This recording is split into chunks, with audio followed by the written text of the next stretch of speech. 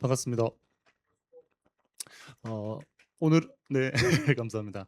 어 제가 혼자 강의를 진행할까 하다가 다들 좀 또 제 강의를 너무 많이 들으실 분들이 계셔서 지루해 하실까 봐 박훈 세무사님을 초청을 했는데 좋은 강의였죠? 네. 저도 오래간만에 맨 뒷자리에 앉아서 처음부터 끝까지 경청을 해서 들었습니다. 들으면서 느낀 점들이 'AI를 잘 활용 인제 하시는구나.' 이런 생각을 했는데 지금 보여드리는 세일즈 브로셔는 'AI가 전혀 도움을 주지 않았다.' 네. 그 말씀을 드리고 싶습니다.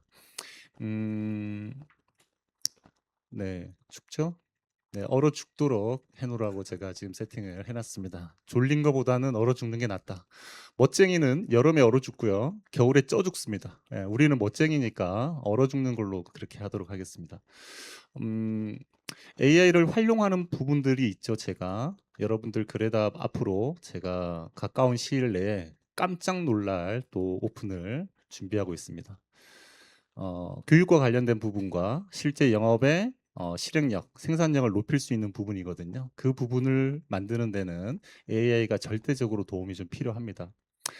들으면서 느낀 점은요. 아주 좋은 내용인데 여러분들 제 강의가 끝나고 이제 뭔가 약속이 있으시죠? 남자분들은 아마 스크린 약속들도 좀 있으실 것 같고 더운데 뭐 라운딩 약속은 아니실 것 같고 어쨌든 내일이 됐어요. 머릿속에 기억이 얼마나 남아 있을까라는 부분들이에요. 제가 늘 고민하는 부분이거든요. 교육은 망각 곡선에 따라서 사라집니다. 네. 그게 인제 첫 번째였고요. 두 번째는 우리가 지식적으로 늘어나는 부분이 실제 내가 영업적인 어떤 생산성과 얼마나 연관성이 있느냐는 거예요. 있어요, 없어요? 당연히 있습니다. 다만 내가 가진 것을 몇 퍼센트 정도 꺼내 놓을 수 있느냐인 거죠. 제가 가지고 있는 능력 아니면 제가 가지고 있는 재산 여러분들 모르시잖아요. 그죠? 그걸 여러분들께 알려드릴 수 있으면 제가 의미가 더 있어질 수 있죠. 여러분들도 현장에서 가지고 있는 지식을 다 꺼내 놓거나 아니면 내가 가지고 있는 지식보다 상대방이 생각할 때 '더 많은 것을 갖고 있지 않을까.'라고 하는 생각을 들게끔 만들 수 있다면 그것이 우리의 생산성 향상의 핵심이라고 생각합니다 저는. 이야기를 줄일게요. 오늘은 시간이 짧기 때문에. 자 그래서 세일즈 브로셔가 탄생했죠. 지금 개인 사업자 법인 전환 목요일 어제 아니고 목요일 날 이걸 제가 오픈해서 공지를 드렸습니다. 맞죠? 몇 번째죠? 세일즈 브로셔? 몇 탄이죠 이게? 몇 탄이에요? 18탄. 아 죄송해요. 우리가 이게 번호를 좀 애매하게 잡았구나. 18탄이에요. 네, 18탄입니다. 그전에 17탄까지의 세일즈 브로셔가 갖고 있었던 목적과 유용성에 대해서는 활용을 잘 하시는 분들은 잘 알고 계시거든요. 우선 18탄 오늘 얘기하는 거니까 18탄 개인 사업자 법인 전환과 관련돼서 제가 얘기를 드리면서 그 유용성을 말씀드리겠습니다. 내 머릿속에 있는 것 그 박훈 세무사님 지금 강의 들어보면 교환을 보지 않고 거의 말로 좀 설명을 해 드렸죠. 들으면서 이해가 됩니다. 그죠? 그걸 그대로 현장에서 내가 쓸 수 있고 꺼낼 수 있느냐라고 생각하면 불가능합니다. 저 또한 불가능할 것 같아요. 그래서 우리는 뭘 필요로 할까요? 컨닝 페이퍼가 필요하죠. 네. 그 컨닝 페이퍼가 아주 정갈하게 되어 있다면 내가 핵심 단어만 쳐다봐도 컨닝 페이퍼를 우리가 우리 손바닥에 적을 때도 핵심 단어로 우리가 적었지 거기다가 다 쓰지는 않았잖아요. 핵심 단어만 눈에 들어온다면 그걸 연결 붙일 수 있는 것들은 내 머릿속에 다 있잖아요. 자 그런 개념입니다. 그래서 박훈 세무사님은 뭐 "글을 하나하나 읽지는 않겠습니다."라고 얘기했지만 오늘 제 강의는 세일즈 브로셔로 출발하기 때문에 세일즈 브로셔를 여러분들이 꼼꼼하게 스스로가 다 읽어 보시고 있으셔야 현장에서 그 단어가 보였었을 때 이어질 거예요. 그렇게 해 보라고 하면 안 하시거든요. 그래서 저랑 같이 꼼꼼하게 읽어 보기 위해서 예전에 우리 그 저기 법인 저기 그 기업 진단 보고서 뜯어먹기 토요일 날 그 3시간씩에서 6시간 할 때도 제가 여기 앉아서 했었거든요. 이유가 화면을 같이 보면서 하나하나 같이 읽으려고 그래요. 제가 서서 보면 여기도 안 보이고요. 여기도 잘 안 보여요. 네, 그래서 앉아 있는 거니까 참고해 주시고 박상인 단장님하고 저하고 박훈 세무사가 오늘 등장함으로써 여기 평균 키가 지금 180 이상으로 지금 높아졌는데 맞죠? 그 단장님 키가 어떻게 되세요 혹시? 박상현 단장님 키가 네. 아 권수라 네 본부장님 죄송합니다. 네. 아 183. 아마 그 박훈 세무사도 아마 180 넘어갈 것처럼 보이는데 아 그래도 제가 제일 크네요. 네. 알겠습니다. 자 시작해 보겠습니다. 화면을 조금 키워서 여러분들 밑에 쳐다볼 필요 없습니다. 예, 뭐 보셔도 되는데 화면을 같이 보시면서 할 거예요. 네.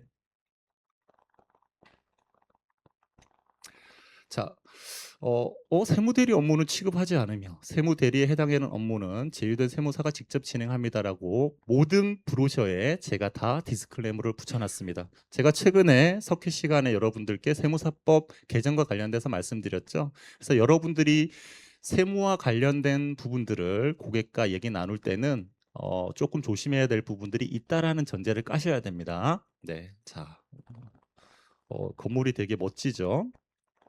개인 사업자 CEO를 위한 절세 전략이 핵심 포인트로 표시가 되어 있네요. 너무 크게 하니까 그러네요.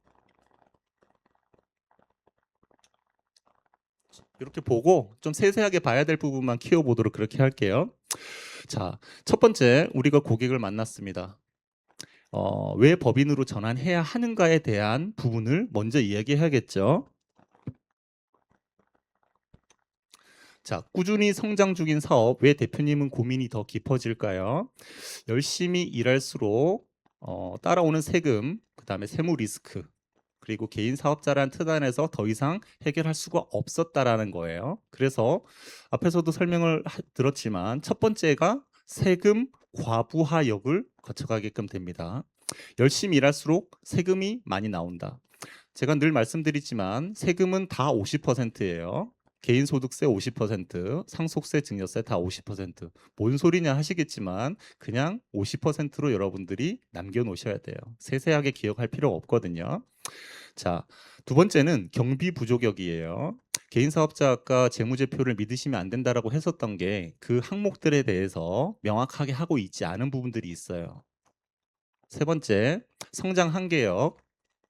더 큰 사업 기회가 있는데 개인 사업자로서 한계를 느끼게끔 됩니다. 자, 그래서 우리가 1차적으로 도착해야 될 곳은 더 넓은 트랙으로 갈아탈 법인 전환이라는 이 역을 거쳐서 법인으로 가야 된다. 이게 이 페이지입니다.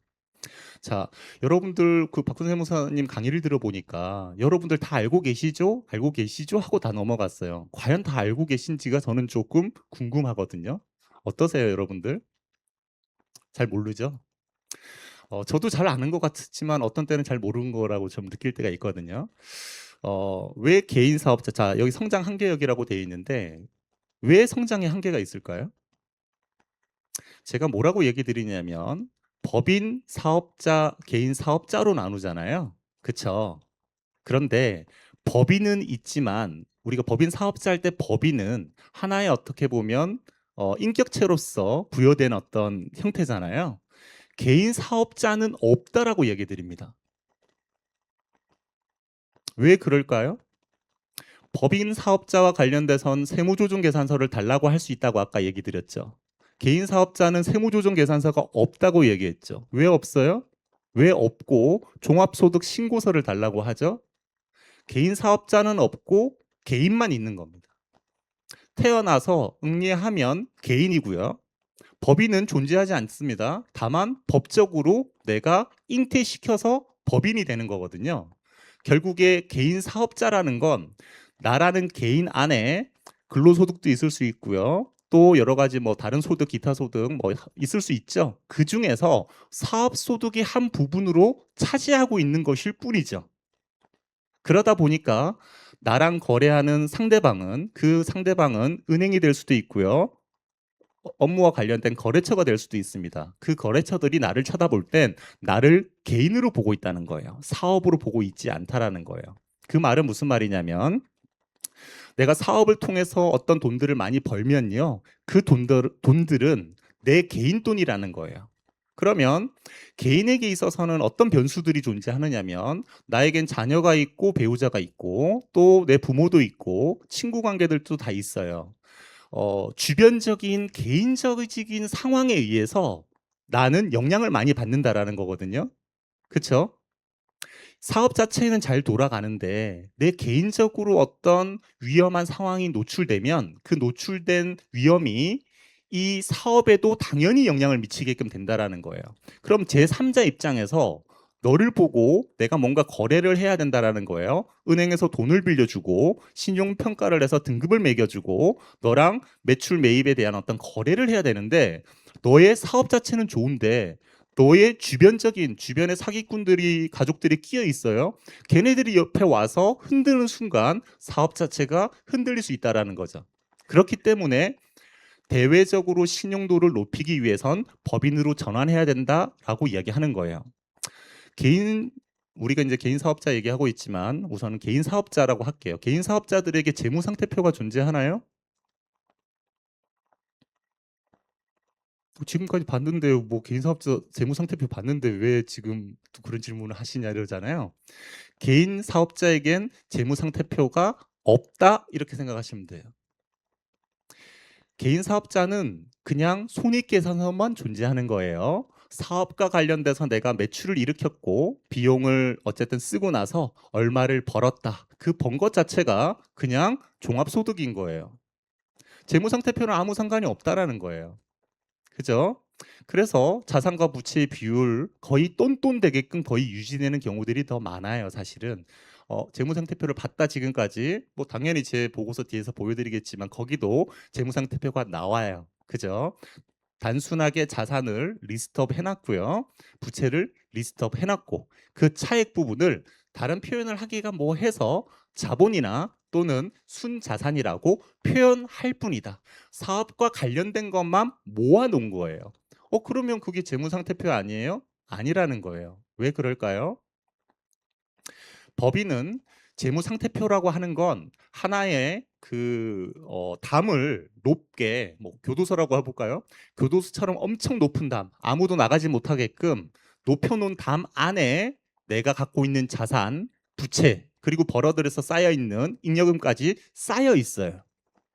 개인 사업자는요, 벽이 하나도 없어요. 방금 말씀드렸죠? 사업과 관련돼서 모여져 있던 것과 내가 개인으로 활동하는 여러 가지 일들과 다 섞여 있다라는 거예요. 갑자기 동생이 사고를 쳤대요. 술 먹고 사고를 쳐가지고 깽값이라고 깽값을 물어줘야 돼요. 얼마야? 4억을 물어줘야 된대. 안 그러면 빵에 간대요. 제가 너무 단어가 좀 로우한가요? 아무튼 4억을 물어줘야 된대요. 내가 사업으로 벌었던 돈, 다음 사업에 투하해야 될 돈을 줘야 되죠. 영향을 미치죠. 담이 없기 때문에 그래요. 그죠? 법인은요. 내가 법인을 운영하고 있는데 내 동생이 사고를 쳐서 깽값 4억을 물어줘야 돼요. 법인에 있는 돈을 꺼낼 수가 없어요. 왜? 교도소거든요. 담을 넘을 수가 없다라는 거예요. 내가 개인적으로 어떻게 다른 방법을 쓸지언정 법인에 있는 걸 건드릴 수 없어요. 제 3자와 거래를 할 때 그 3자는 너가 그런 말썽쟁이 동생이 있는지 없는지 궁금해하지 않는다는 것. 조금은 궁금해해요. 대표이사 개인에 대해서도. 하지만 나는 거래를 누구랑 했냐? 개인이 아니라 법인이랑 한 거거든요. 그 테두리 안에 있는 거라면 내가 인정하고 믿고 거래할 수 있다라는 거예요. 그 테두리 안에 있는 걸로 부채 비율도 보고 너가 지급 능력이 있는지 경영 능력이 있는지 수익성이 있는지를 보겠다라는 의미거든요. 그죠? 자, 그렇게 높은 담이 있지만 교도소에도 문은 있잖아요. 그죠? 그 문을 정식적으로 열고 출소하거나 아니면 출퇴근을 하는 존재들이 존재하죠. 그게 실질적인 급여나 그죠? 퇴직금, 뭐 배당 이런 형식이 될 수 있을 것 같아요. 자, 그런데 그 정식 출구가 아니라 조금 뒤로 왔다리 갔다리 하거나 아니면 탈출을 하려고 하는 사람들이 있을 수 있죠. 뭐 탈출 영화들도 너무 많으니까 최근에도 봤어요. 탈출한 게 뭘까요? 가지급금이죠. 그죠? 그럼 가지급금은 탈출한 탈옥수는 어떻게 해야 돼요? 도망 다녀야 돼요? 나는 입장이 좀 다르네요. 포지션이. 무조건 잡아서 다시 가둬야 되는 거죠. 우리가 탈출, 예, 탈출 한번 하시죠. 나도 탈출하고 싶어요, 여기서. 네. 휴가 갈 거예요, 저도. 지금 한 번도 안 갔어요. 제가 갈 시간도 없었고 갈 마음의 여유도 없었지만 이제는 한번 갈 거예요. 어쨌든 탈출을 했어요. 무조건 잡아 넣어야 되죠. 가지급금은 내가 죽어도 해결해야 되고요. 죽지 않고 승계를 해도 해결해야 되고요. 무조건 해결해야 되는 결론이 나오는 이유가 그거예요. 아, 너의 목이 칼이 들어와도 해결해야 될 게 가지급금이라면 그렇게 높은 담을 쌓아오는 법인이니까 내가 너 믿고 돈 빌려줄 수도 너의 전체적인 걸 보고 평가도 해줄 수 있고 너랑 외상 거래도 할 수 있는 거래처가 될 수 있다라는 거예요. 그게 법인인 거예요. 그죠? 그죠? 그래서 개인 사업자에서 법인으로 넘어간다는 의미가 단순히 세금만 줄인다는 의미가 아닙니다, 대표님. 회사가 성장한다는 의미가 있습니다라고 하는 걸로 실제 얘기 드리는 거예요. 우리가 우리 뇌는요, 부분들이 다른 생각들이 돌아가거든요. 보면은 한 생각들은 감정적이고요, 한 생각들은 계산적이고요, 그렇거든요. 우리가 계산적이고 논리적인 걸로 해서 뭔가 의사결정을 할 것 같지만 꼭 그렇지는 않고 대부분 중요한 결정들을 할 땐 실제 감정적으로 결정을 하죠. 아까 주식 이야기는 당분간 하지 말라고 했지만 어제 30% 지금 거의 올라갔죠. 사상 유례 없는 상황이죠. 그저께까지만 해도 죽는다 했었죠. 그죠? 사람들이 정말 지금 이 주식시장 안에서 이성적인 판단에 의해서 투자를 할까요? 어떤 중요한 자기 전 재산을 걸고도 감정적인 판단으로 해서 들어오는 거죠. 여러분들 월요일 날 또 따라서 들어가실 건 아니죠? 이게 그 데드캣 바운스일 수도 있는 거 아니에요? 여러 가지 논리적인 부분들 베이스가 깔려야 돼요. 하지만 감정적이라 그랬잖아요. 우리가 대표님께 소득세를 줄일 수 있습니다. 뿐만 아니라 추가적인 그 향후에 반드시 발생할 상속세, 그 상속세를 조금 미리 땡겨서 하는 증여세와 관련된 이야기 핵심이긴 해요. 하지만 대표님의 회사가 충분히 더 성장할 수 있고 대외적인 신인들을 얻을 수 있다는 말도 이 첫 페이지에서 끌어내는 게 필요해요. 감정적으로 내가 더 큰 회사 사장이고 대외적으로 내가 훨씬 더 멋져 보이는 모습을 상상할 수 있다면 이 액션에 대한 동기부여가 될 거라고 저는 보여집니다. 자, 그래서 조금 그래서 왜 내가 법인 전환으로 그렇게 가야 되는지를 좀 차이점에 대해서 알고 싶어. 이건 너무 기초적이지 않아요? 자, 생각을 해보세요. 우리에겐 기초적인 정보예요. 상대방에게는요, 기초적이지 않고 어려운 이야기죠. 특히 개인 사업자라면 법인에 대해서 알지 못하고 있잖아요. 그러면 우리가 대화를 할 때는 나에게 초점을 맞춰야 되는 거예요. 상대방에게 초점을 맞춰야 되는 거예요. 당연히 상대방 입장에서 맞춰야 되죠. 그래서 되게 초등학생에게 이야기하듯이 스토리텔링으로 풀어서 얘기 드릴 줄 알아야 돼요. 고급 단어, 어려운 단어 쓰시면서 여러분들이 좀 잘난 듯 해 보여도 상대방이 이해도가 70% 이상으로 올라가지 않으면 어떠한 의사결정도 하지 않아요. 우리는 그 의사결정을 끌어내는 거니까 상대방에게 쉽게 설명을 한다라는 거예요. 또 누군가에게 초등학생이니까 난 박사야 뭔가 설명을 하는데 초등학생이 이해 못해. 그러면 누구 잘못이죠? 초등학생이 부족하니까 이해 못한 거라고 볼 수 있잖아요. 아니라고요. 초등학생도 설명하고 들었었을 때 이해할 수 있도록 설명할 수 있다라는 게 내가 이미 그 분야의 최고다라는 증거거든요. 그래서 우리가 만나는 대표님들 결코 수준이 높지 않으세요. 그렇죠? 그분들의 장점들은 어떤 감각 그리고 열정, 그죠? 그런 부분들이고 이는 부수적인 걸 잘 모르니까 잘 설명을 해드려야 돼요. 자, 그래서 개인 사업자 우선은 뭐 간편하다, 법인은 좀 복잡하다, 개인에는 뭐 신속한 의사결정 뭐 이렇게 돼 있고 법인에는 주주총회와 이사회가 필요하다. 그럼 법인은 너무 많이 아시니까 네. 과도한 세금 부담, 법인 자금에 적합한 회수 전략이 가능하다라고 돼 있고요. 자, 승계 부분 또 보니까 명의 변경이 원칙적으로 불가하다. 왜 불가할까요? 여러분들이 지식적으로 자꾸 싸우면 휘발돼요. 핵심을 놓치고요. 모든 것들이 다 똑같은 위치에서 보이거든요. 방금 제가 앞에서 설명드렸잖아요. 개인 사업자는 없다. 개인뿐이다. 그죠? 그런데 그 개인이 죽지 않았는데 어떻게 그 개인을 명의를 변경할 수 있겠어요? 할 수 없는 거죠, 기본적으로. 자, 법인은 주식을 양도하거나 증여를 통해서 자녀든 제3자든 이전시킬 수 있다라는 의미거든요. 물론 M&A를 할 때 개인 사업자도 M&A가 가능합니다. 또 증여를 그러니까 증여를 할 때도 뭐 가능할 수 있고 상속을 할 때도 당연히 가능할 수 있어요. 아까 증여 부분은 조금 민감하니까 빼놓고 상속이라고 한다면 개인 사업자로 우선 사업을 하고 있는 게 매출 100억에 뭐 어쨌든 이익 뭐 10%에서 10억의 이익금을 벌고 있다고 볼게요. 법인 사업자도 똑같아요. 100억의 매출을 하고 10억을 하고 있어요. 자, 그러면 상속이 일어난다라고 하면 상속 대상 재산이라는 걸 우선 뽑잖아요. 세금을 계산하기 위해서. 자, 개인 사업자는 어떻게 뽑아요?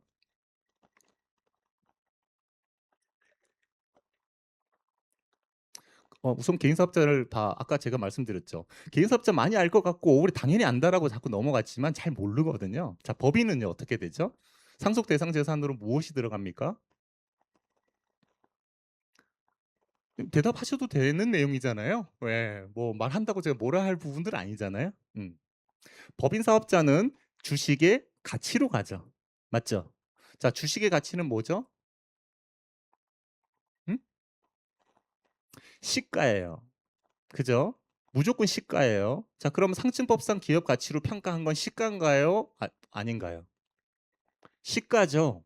실제 시가는 시장에서 거래되는 수요와 공급에 의해서 가격이 형성되는 것인데 우선 비상장이라고 하는 것 자체는 상장, 시장의 거래가 일반적으로 이루어지지 않으니 보충적 평가 방법으로 상법에 규정되어 있고 세법에 계산되어 있는 식을 이용을 해서 이 정도를 시가로 보겠다라는 개념이죠.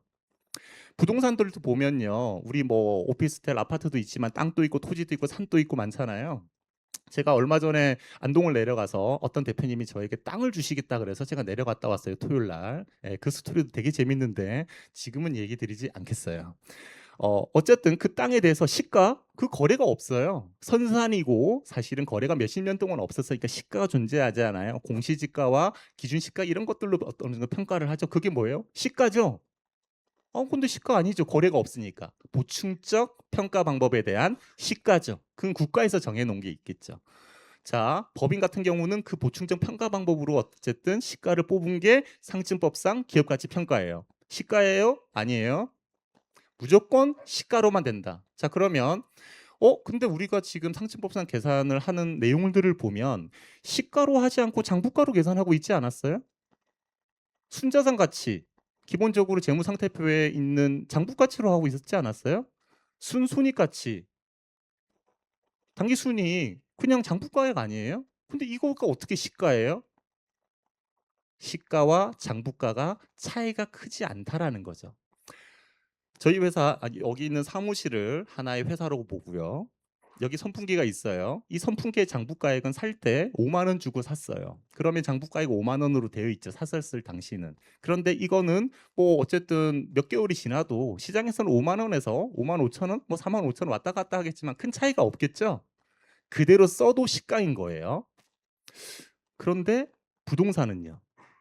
가격 차이가 급등할 수도 있고 급락할 수도 있는 부분들이 존재하죠. 그래서 제가 그래답에 보고서 기본적으로 뽑아 놓고 옆에 플러스 버튼을 누르면 기업 정보 수정란에 들어가면 부동산 시가는 늘 확인하라고 되어 있어요.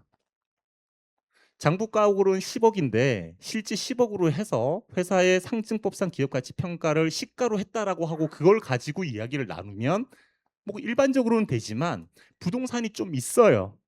많지 않아도 있을 수 있잖아요. 그 부동산의 시가가 10억이 아니라 100억일 수도 있죠. 그럼 최소한 공시지가 정도나 기준 시가로 봤었을 때, 그죠? 그러면 100억으로 바꾸는 순간 순자산 가치는 90억만큼이 더 플러스 얹혀지겠죠. 모든 내용들이 다 틀어지잖아요. 그렇죠? 자, 여기 너무 많이 갔고 개인 사업자는 그러면 상속을 할 때 똑같은 100억을 팔고 있고 10억의 이익을 보고 있는 이 회사를 상속을 한다라고 하면 주식이 없잖아요. 어떻게 시가를 평가할 거예요? 시가로 평가해야 되잖아요, 어차피. 그죠? 자, 그래서 회사에 있는 자산의 시가와 부채의 시가에 차이가 나는 순자산 가치, 그 가치를 뽑아낸 걸로 상속을 하는 거예요. 맞죠? 그죠? 제가 계속해서 개인 사업자는 재무상태표가 없다라고 했어요. 그냥 순자산 가치를 뽑아내는 과정만 있다라는 거예요. 아, 사업용으로 담아내 우선은 이렇게 카테고라이즈 시켜놓은 건지 아니면 개인으로 돌려놓은 건지야. 아, 그러니까 앞에서 설명드렸던 부동산을 사업용으로 쓰고 있는 건데 사실은 개인이 갖고 있는 건지 아니면 사업용 부동산으로 들어갔는지에 따라서 달라지는 부분들이 있구나. 이렇게 이해를 하시면 되겠죠. 자, 그래서 명의 변경이 원칙적으로 불가능하고 승계가 좀 어렵다라고 하는 부분으로 나오는 거예요. 그죠? 여기서 조금 더 얘기를 드려볼까요? 제가 법인 자금으로 상속세 준비하기라고 하는 게 아마 세일즈 브로셔 1탄이었을 거예요. 맞죠? 그렇다면 우리가 개인 사업자로서 기본적으로 돈을 벌어서 세금을 50%다 내고 남은 돈으로 상속세를 낼 준비를 해야 되는 거라면 법인을 지금 처음에 설계를 한다라고 하면 법인에서는 법인세를 내고 남은 돈이 당기순이익이에요. 이제 그 대표가 급여로 가져 나가지 않는다는 전제하에 비교를 한다라고 하면 그럼 그 돈을 기반으로 내가 상속세를 준비하는 종신보험을 가입할 수 있죠. 그러면 개인 소득세를 내지 않고 1단계를 거치지 않고 계속 우리가 중복적으로 계속 진행되는 세금에 대해서 항상 물음표를 달고 있었으니까 법인으로 가서 상속세를 준비할 수 있는 우리는 방법이 있는 건 거죠. 그것까지 플러스를 한다면 개인 사업자와 법인을 비교를 할 때 단순하게 우리가 소득세 정도 줄이는 수준이 아니라 훨씬 더 많은 혜택이 있다라는 거를 이야기 드릴 수 있겠죠. 자, 네. 무한 책임이고 개인은 주식회사는 유한 책임으로 되어 있어요. 지금은 정확하게는 제가 요즘 뭐 밖을 나가보지 않아서 명확하진 않은데요. 내가 개인 사업하면서 사업용으로 돈을 빌렸어요. 그럼 개인이밖에 없죠. 개인 부채예요. 안 갚으면 내 모든 개인 자산들, 뭐 과적들 다 털어내야 되는 거잖아요. 법인은요. 사업을 하기 위해서 돈을 빌렸는데 그 돈을 부도가 났다라고 하면 우선 개인은 책임을 안 지는 게 원칙이죠. 하지만 뭐 대주주 아니면 대표이사가 지급 보증 같은 걸 서는 경우들이 예전에는 많았는데 요즘은 많이 없어지고 있고 법적으로도 그거를 없애고 있는 중으로는 알고 있어요. 어찌 됐건 뭐 꼭 금융뿐만 아니라 거래처하고의 관계에서도 여러 가지 디폴트 상황이 올 수 있어도 개인은 살아남을 수 있잖아요. 그 보호막도 가능하다라는 거죠. 자, 밑에는 조금 보시고요. 소득 분산 효과는 지금 이야기 드렸던 대로 개인은 벌면 다 근로소득세가 아니라 사업소득세 다 내야 되는 거다. 법인은요. 번 걸 자체에서 급여로 일부 가져가고 그리고 배우자 자녀까지 해서 지분을 나눌 수만 있다라고 하면 배당으로 분산할 수 있겠죠. 그죠? 뒤에 가서 그 효과는 보여드릴 겁니다. 자, 이렇게 차이가 있습니다라고 하고 이 내용을 꼼꼼하게 이야기해도 되지만 밑에 있는 요 내용으로요. 여러분들 앞에 내용을 다 이제 이해를 하셨으니까 요 내용을 컨닝 페이퍼로 써서 현장에서 얘기 나누실 수 있겠죠. 자, 그리고 나서 성실신고 확인제도 이야기를 드리는 겁니다. 성실신고 확인제도가 뭔지는 알고 계시죠? 일정 기준이 넘어가면 우선 앞에서도 아까 말씀하셨지만 회계적인 어떤 정리들이 맞지 않다 이런 얘기를 했었잖아요. 그거를 세무사가 한 번 더 검증을 해서 신고하도록 하는 것이 성실신고 확인제도입니다. 맞죠? 세무사들에게 어쨌든 비용을 주고 실제 뭐 그 비용의 일부는 국가에서 그 공제를 해줄 수 있도록 이렇게 어쨌든 보전을 해주고 있지만 기준은 이렇게 한번 보시면 될 것 같아요. 5억, 7.5억, 15억으로 되어 있어요. 어떤 업종이 매출액이 기준이 얼마인지 여러분들 다 기억하고 계신가요? 다 기억해요? 고개 끄덕이시는 분이 계신데 다 기억해요? 아니에요. 그냥 이렇게 하신 거죠? 이게 왜 이렇게 되었는지에 대해서 이해만 하면 여러분들이 현장에서 왜냐하면 업종이 뭐 수백 개가 수백 가까이 되는지는 모르겠지만 어쨌든 상당히 많잖아요. 자, 기준은 7.5원이라고 기억을 하시면 돼요. 예. 우리 모든 어떤 사업의 가장 기본이 뭐예요? 제조업이라고 생각하시면 돼요. 아, 제조업은 7.5억 원 이상 매출이 되면 성실신고 대상이 되는구나. 상당히 뭐 낮죠, 이게. 매출액 7.5억 이상이면 거의 대부분 다 성실신고 대상자라는 거예요. 우리가 만나는 개인 사업자들 중에 만날 만한 회사들이라면 다 성실신고 대상자에 지금 포함되어 있거나 아니면 가까운 시일 내에 포함될 확률이 상당히 높죠. 그죠? 이렇게 생각하시고요. 그러면 15억 이상 되는 거는 7.5억 원의 두 배네. 왜 두 배까지 매출액의 한도를 더 높여줬었을까? 그 업종들은 뭐길래 하고 봤더니 도소매업이네요. 왜 그럴까? 잠깐 생각해 볼게요. 제조업은요, 내가 어쨌든 뭔가 재료나 뭔가를 사와서 제조를 해서 팔아요. 그죠? 그러면 요거 하나 만들어서 하나 파는 거잖아요. 근데 도소매업은요, 어? 이미 만들어 놨어? 이거 그냥 그대로 갖고 나는 만드는데 시간이 좀 걸리는데 얘는 시간이 필요 없죠. 그냥 가져가서 팔면 되죠. 그죠? 그러니까 내가 만드는 시간에 비해서 얘는 훨씬 많은 양을 어쨌든 유통시킬 수 있겠죠. 그래서 두 배 정도로 본 거예요. 그래서 도소매업은 15억 정도로 잡아놓은 거예요. 그러면 내가 제조를 했었을 때 뭐 업체 이제 제조업도 다양하지만 예를 들어서 내가 순이익률이 한 5% 정도는 나온다라고 생각을 해볼게요. 그러면 도소매업은 이익률이 몇 퍼센트 정도 나올까요? 1.5 정도 나올 거라는 거예요. 반 정도. 그래야 15억 팔았을 때와 7.5억 팔았을 때 비슷한 돈을 버는 거가 되는 거죠. 왜 두 배로 늘어났는지 아시겠죠? 이익은 똑같이 보겠다. 아, 매출의 기준으로 잡아놨지만 이거의 근본 출발은 이익이 어느 정도 비슷하다라는 어떤 구조로 해서 하는 거구나. 왜 그래요? 세금 신고하는 거니까 이익에 대해서 신고하는 거죠. 그죠? 그러니까 이익 정도를 보고 이야기한 거구나. 아, 그래? 도소매업은 두 배로 올라갔다. 자, 그럼 밑으로 내려갈게요. 5억, 2.5억만큼을 깎아줬네요. 그죠? 3분의 1을 깎아줬어요. 깎아준 데는 뭘까? 보니까 밑에 그냥 서비스업으로만 먼저 볼게요. 여기 과학기술 서비스업. 서비스업은요. 제가 여러분들과 여기는 함께 제가 근로자로 있지만 제가 외부에 있었을 땐 어쨌든 전문 서비스업을 하고 있었을 것 같아요. 개인 사업자로. 그지? 그죠? 법인도 제가 진행했지만 그럼 저는요. 내 머릿속에 있고 내 지식 안에 있고 내 시스템 안에 있는 걸로 누군가에게 바로 꺼내서 팔 수 있죠. 그죠? 바로 꺼내서 파는 개념이잖아요. 그죠? 그러면 나의 기본적인 어떤 지금까지 투하했었던 것들이 이미 나 안에 어쨌든 비용으로 다 들어가 있죠. 그죠?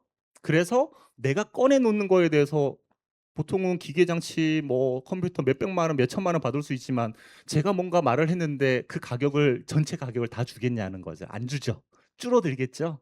그죠? 자, 그래서 기본적으로는 어쨌든 줄어들 건데 나는 생산하는데 어떤 비용이나 시간들이 별로 필요 없죠. 그죠? 부동산 임대업도 보세요. 부동산 임대업 엄청난 건데 왜 여기 밑에다가 내려놨지 싶은데 보면 부동산 이미 다 만들어 놨죠. 만들어 놓은 남은 부분들의 서비스니까 바로 회전시켜 버릴 수가 있고 바로 제공할 수가 있는 부분들이 존재하죠. 그죠? 그런데 그 제공하는 부분은 가지고 있는 부동산에 비해서 가격이 상당히 싸죠. 맞죠? 그래서 나는 나의 어떻게 보면 하드웨어를 만들기 위해서 30년, 50년을 쌓아온 거에서 지금 부분적으로 쓰고 있는 부분이고 부동산도 똑같은 개념이다라고 보면 실제 매출액은 실제 5억인 거예요. 근데 이 5억의 실제 이익률은요. 제조업보다 높을까요? 낮을까요? 당장의 비용이 들어가지 않으니까 이익률이 상당히 높겠죠? 자, 그러니까 요 밑에 5억 정도 돼도 제조업에서 버는 만큼 제조업은 5% 번다 그랬고 도소매업은 2.5% 번다 그랬지만 서비스업은요 10%뭐 아니면 더 벌 수 있잖아요. 이건 편차가 많이 크지만 그렇게 해서 분리되어 있다라고 보시면 됩니다. 자, 그래서 요 밑에 있는 부분들을 좀 보셔야 돼요. 불성실 사업자라는 거는 성실 신고를 했는데 제대로 신고가 안 됐다라고 보는 부분들이겠죠. 세무사님들이 어려워하시는 부분들이 첫 번째 뭐냐면 세무사 시험 공부를 할 때 과목에 지금 이 성실 신고에 대한 확인을 할 수 있는 이 프로세스에 대해서 배운 적이 없어요. 이건 뭐하고 똑같으냐면 회계 감사랑 거의 비슷하다고 보면 돼요. 실사도 있어야 되고 실제는 장부와 관련된 어떤 확인도 있어야 되는 거니까 세무사들은 그냥 숫자 계산하는 쪽에 포커싱이 돼 있지 감사를 어떻게 해야 되고 감사를 하는 프로세스가 완전하다면 누수가 생겨도 패스시켜주는 부분들이 있어요. 통과시켜주는 부분. 그에 대한 이해도가 전혀 없는 가운데 세무사들한테 너 이거 확인을 했는데 확인한 것이 틀린 게 지적된다라고 하면 너한테 크게 페널티를 주겠어라고 하니까 세무사들이 겁을 먹은 거죠. 그래서 초창기 이게 도입되었었을 땐 세무사들이 요거 하기 싫어서 법인 전환 하시죠라고 얘기를 많이 했고 법인 전환 안 하겠다라고 하면 고객을 딴 세무사한테 가셔요라고까지 했어요. 세무사들은요 고객 하나 붙잡으려고 별짓을 다 하는데 그 큰 고객이니까 이렇게 될 거죠. 큰 고객을 그냥 다른 데 보내고 있었단 말이에요. 왜 그런지 밑에 보면 세무사들은 허위 금액 5억 원이 이상이 되면 직무정지가 1에서 2년이에요. 과태료 빼놓고요. 과태료가 뭐 얼마가 되는지는 중요하지 않아요. 자, 뭐 1억 원 미만만 돼도요. 직무정지 3개월이에요. 위에는 1년이고 1년에서 2년이에요. 세무사는 기본적으로 하는 업무가 뭐예요? 세금 신고죠. 세금 신고는 우리가 부가세라는 걸 신고를 해야 돼요. 그죠? 신고 납부를 하겠지만 신고를 해야 돼요. 우선 3개월 단위로 끊어져 있죠. 법인은. 그죠? 내 고객이 법인이 있다라고 하면 우선 3개월 신고까지 해야 되고 납입까지 해야 되고 그 다음에 개인 사업자를 하더라도 6개월을 묵고 또 3개월에 중간에 어쨌든 확인들이 다 들어가야 되는 거잖아요. 내가 3개월간 정지가 되면요. 내가 그동안 평생 그 평생이 얼마인지는 모르지만 평생 동안 쌓아왔던 고객들을 한 번에 다 잃어버리는 상황이 벌어져요. 내가 이 고객 하나 붙잡고 몇십만 원, 몇백만 원 더 벌려다가 내 인생이 망가지는 어떤 위험이 있다라는 거예요. 근데 내가 확인하면 되잖아. 그 확인하는 방법에 대해서 배운 적이 없다고요. 내가 배운 적이 없지만 할 수는 있어요. 못할 일은 없잖아요. 하지만 겁이 난 거죠. 그죠? 그러면 우리가 그전에는 개인 사업자 분들이 할 때 증빙 없이도 좀 해달라고 하고 개인 관련된 지출들도 비용 처리해달라고 하고 많이 밀어넣어서 했었죠. 여러분들도 다 개인 신고하고 계시잖아요. 어느 정도 다 받아줬었어요. 근데 성실 신고 대상자가 되는 순간 세무사는 갑자기 눈이 돌아가죠. 너를 봐주고 싶고 너를 내가 고객으로 유지하고 싶으니까 이렇게 노력은 해주고 싶은데 여기 들어오는 순간 난 더 이상 못해줘. 그죠? 내 걸 먼저 챙겨야 되니까. 그런 상황에 놓여져 있을 수 있다. 뭐 개인에 대한 페널티는 당연히 있을 거다라고 이렇게 이해하시면 돼요. 자, 그래서 그럼 뭐예요? 우리 스토리가 지금까지 어떻게 왔냐면 법인이라고 하는 걸로 가야 된다. 그 법인 전환 역으로 가서 법인으로 갑시다. 개인과 사업 법인의 차이점은 이런 부분들이 있습니다라고 얘기를 했어요. 자, 그리고 나서 성실 신고가 먼저 탁 튀어나온 건 내가 만난 상대방이 현재 성실 신고인지 아닌지를 확인하고 성실 신고가 아니라면 안 들어가기 전에 법인 전환을 안내를 드린다는 의미고 성실 신고가 들어가 있다라고 하면 그래도 법인으로 가셔야 된다는 얘기를 드리는 거죠. 자, 그래서 밑에 보면요. 기본적인 점검 항목들이 있습니다. 자, 그래서 그 전에는 후 이렇게 되어 있거든요. 요렇게 한번 보시면 여기 이 밑에 3년간 추적 규제 2월이라고 돼 있죠. 예전에는 이게 없었는데 지금은 이제 몇 년 전에 생겼잖아요. 내가 성실신고 대상자예요. 그럼 법인 전환을 할 수 있죠? 했어요. 그럼 법인이 되었죠? 그러면 이제 법인으로 어떻게 보면 우리가 개인 사업자 좀 규모가 커지면 뭐라고 얘기했냐면 뱀의 머리라고 얘기를 했어요. 왜? 개인 사업자 중에서는 머리 역할을 하니까 규모가 법인은요. 내가 규모를 옮겼어요. 법인은 수조 원대 이렇게 엄청 큰 데서 나는 가면 용의 꼬리인 거죠. 눈에 크게 띌 일이 없는 건 거죠. 그 세무조사 리스크가 낮아진다라고 얘기를 했단 말이에요. 자, 그러면 개인이 성실신고 대상자에 딱 들어가고 나서 어차 나 지금 이런 것들을 확인해가지고 세무사가 보내기에는 누군가가 제3자가 검증해서 보내기엔 내가 떳떳하지 못한 거야. 그래서 법인 전환을 한 거죠. 국세청도 알겠죠. 성실신고 대상자가 되고 나서 법인 전환을 하면 타겟팅으로 봤었던 건 거예요. 자, 그러면서 용의 꼴이지만 당분간 너를 주시하겠다라는 거예요. 그래서 뭐예요? 성실신고 대상자가 된 상태에서 법인 전환을 하면 3년 동안 계속 성실신고해라는 거죠. 그죠? 그래서 우리는 성실신고 대상자 들어가기 전에 법인 전환을 하도록 안내를 드릴 수 있겠죠. 우리 모든 클로징의 핵심은요. 나중에 할 수도 있는 것이지만 지금 하는 것이 유리하다라는 것들을 보여드리는 거잖아요. 뒤에서 이제 제가 개인 사업자 보고서를 이제 보여드릴 건데 거기 보면 이 회사가 현재 시점에 성실신고 대상자가 아니라고 가정을 한다면 어느 시점에 신고 대상자에 들어갈지를 프로젝션에서 자동으로 보여주게끔 되어 있어요. 그 회사의 매출액, 성장률과 그 회사의 이익률 두 가지를 가지고 프로젝션해서 언제 시점이 되면 성실신고가 됩니다라고 이야기를 미리 알려드리는 거예요. 그러면 당연히 미리 지금 하실 수 있겠죠. 이미 성실신고 대상자이면 또 인걸로 어쨌든 표현하는 보고서는 뒤에서 또 보여드릴 거예요. 자, 이 내용도 우리가 이해를 했다면 여기 있는 요 추워서 그렇죠? 네, 조금 저기 네. 바로 그 밑에 있어서 그런가 보다. 자, 그래서 여기 또 있는 이 내용으로 우리는 바로 얘기할 수 있어요. 좀 낮춰줘도 될 것 같아요. 저는 선풍기 잘 켜고 있으니까요. 네, 얼어 죽지 맙시다 그러면. 네. 자, 그래서 개인 사업자 법인 전환 시뮬레이션을 하는데 우선 이건 세일즈 브로셔예요. 내가 그 기업에 대해서 미리 보고서를 뽑아서 가는 것도 있지만 어쨌든 성실신고 대상에 대한 그 개인 사업자에 대한 법인 전환을 유도하기 위한 브로셔 역할을 하는 거니까 그냥 하나의 샘플인 거죠. 그죠? 매출액이 30억, 당기순이익이 2억 원이다라는 가정하에 한번 시뮬레이션을 돌려봤더니 이렇습니다라는 거예요. 봤더니 개인 기업으로 운영할 때 봤었을 때 예상 세액은 7,200만 원이에요. 법인으로 하면 960만 원, 1,000만 원 정도예요. 상당히 낮죠. 그죠? 10년 동안 누적을 해보면 개인 사업자는 7억 2천이고요. 법인은요 9,600만 원이에요. 어쨌든 6억 넘게 차이가 나죠. 당기 순이익 2억 정도 번다. 아까 박석훈 세무사도 얘기했죠. 3천, 5천 별 의미 없고 1억에서 2억 아니면 3억에서 5억 구간마다 좀 다르다 그랬잖아요. 2억 정도만 돼도 10년이 지나면 6억만큼 차이가 나요. 지방이 아니라 경기도 일대의 아파트 한 채 값이죠.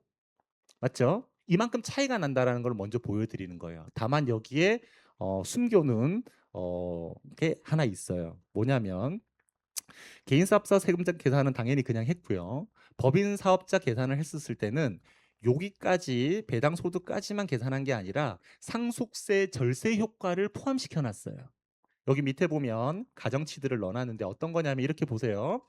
제가 법인으로 바꿨을 때 우리가 아까 어떻게 설계하느냐가 의미 있다고 박근 선생님 얘기하셨죠? 기본적인 설계는 주주가 나 말고 가족들이 다 포함된다라는 거예요. 여기서 가정치는 나, 배우자, 자녀 2명, 4명이 똑같이 25%씩 지분을 나누어 놓는다라는 전제하에 실제 프로젝션 한 거예요. 그러면 우선은 기본적으로 배우자 빼고 우선 놔두고요. 자녀 2명과 관련돼서 배당이 그쪽으로 넘어가잖아요. 그럼 뭐예요? 원래 개인 사업자는 내가 소득세를 내고 남은 재산과 관련돼서 상속이라는 행위를 해야 되지만 여기에는 그 소득 자체가 자녀로 바로 가는 거죠. 그러면 소득세율도 떨어지는 건 맞지만 상속세는 안 내도 되는 어떤 용도가 되는 거죠. 그래서 상속세 절세 효과가 무조건 발생하잖아요. 근데 상속세 세율은 몇 퍼센트예요? 음? 자, 앞에서 제가 얘기했죠? 무조건 50%. 네. 무조건 50%로 가세요. 그 밑에 10%에서 50% 사이 있는 구간은요. 이런 짓 안 해도 얼마든지 없앨 수 있는 구간이에요. 무조건 우리가 쌓이잖아요. 누적돼서 가는 거잖아요. 사전 증여를 해도 50% 이상 되는 걸 우리 관리할 거니까 지금은 50% 구간이 당연히 아니지만 다른 재산까지 다 합쳐서 생각하면 50%라고 가정을 둔 거죠. 그래서 이 3천만 원만큼의 효과가 있다라는 전제하에 들어가서 영향을 미친 거예요. 그래서 요 차이가 상당히 커 보여요. 요 3천만 원을 여기 더하게 되면 여기 한 4천만 원 될 거예요. 그죠?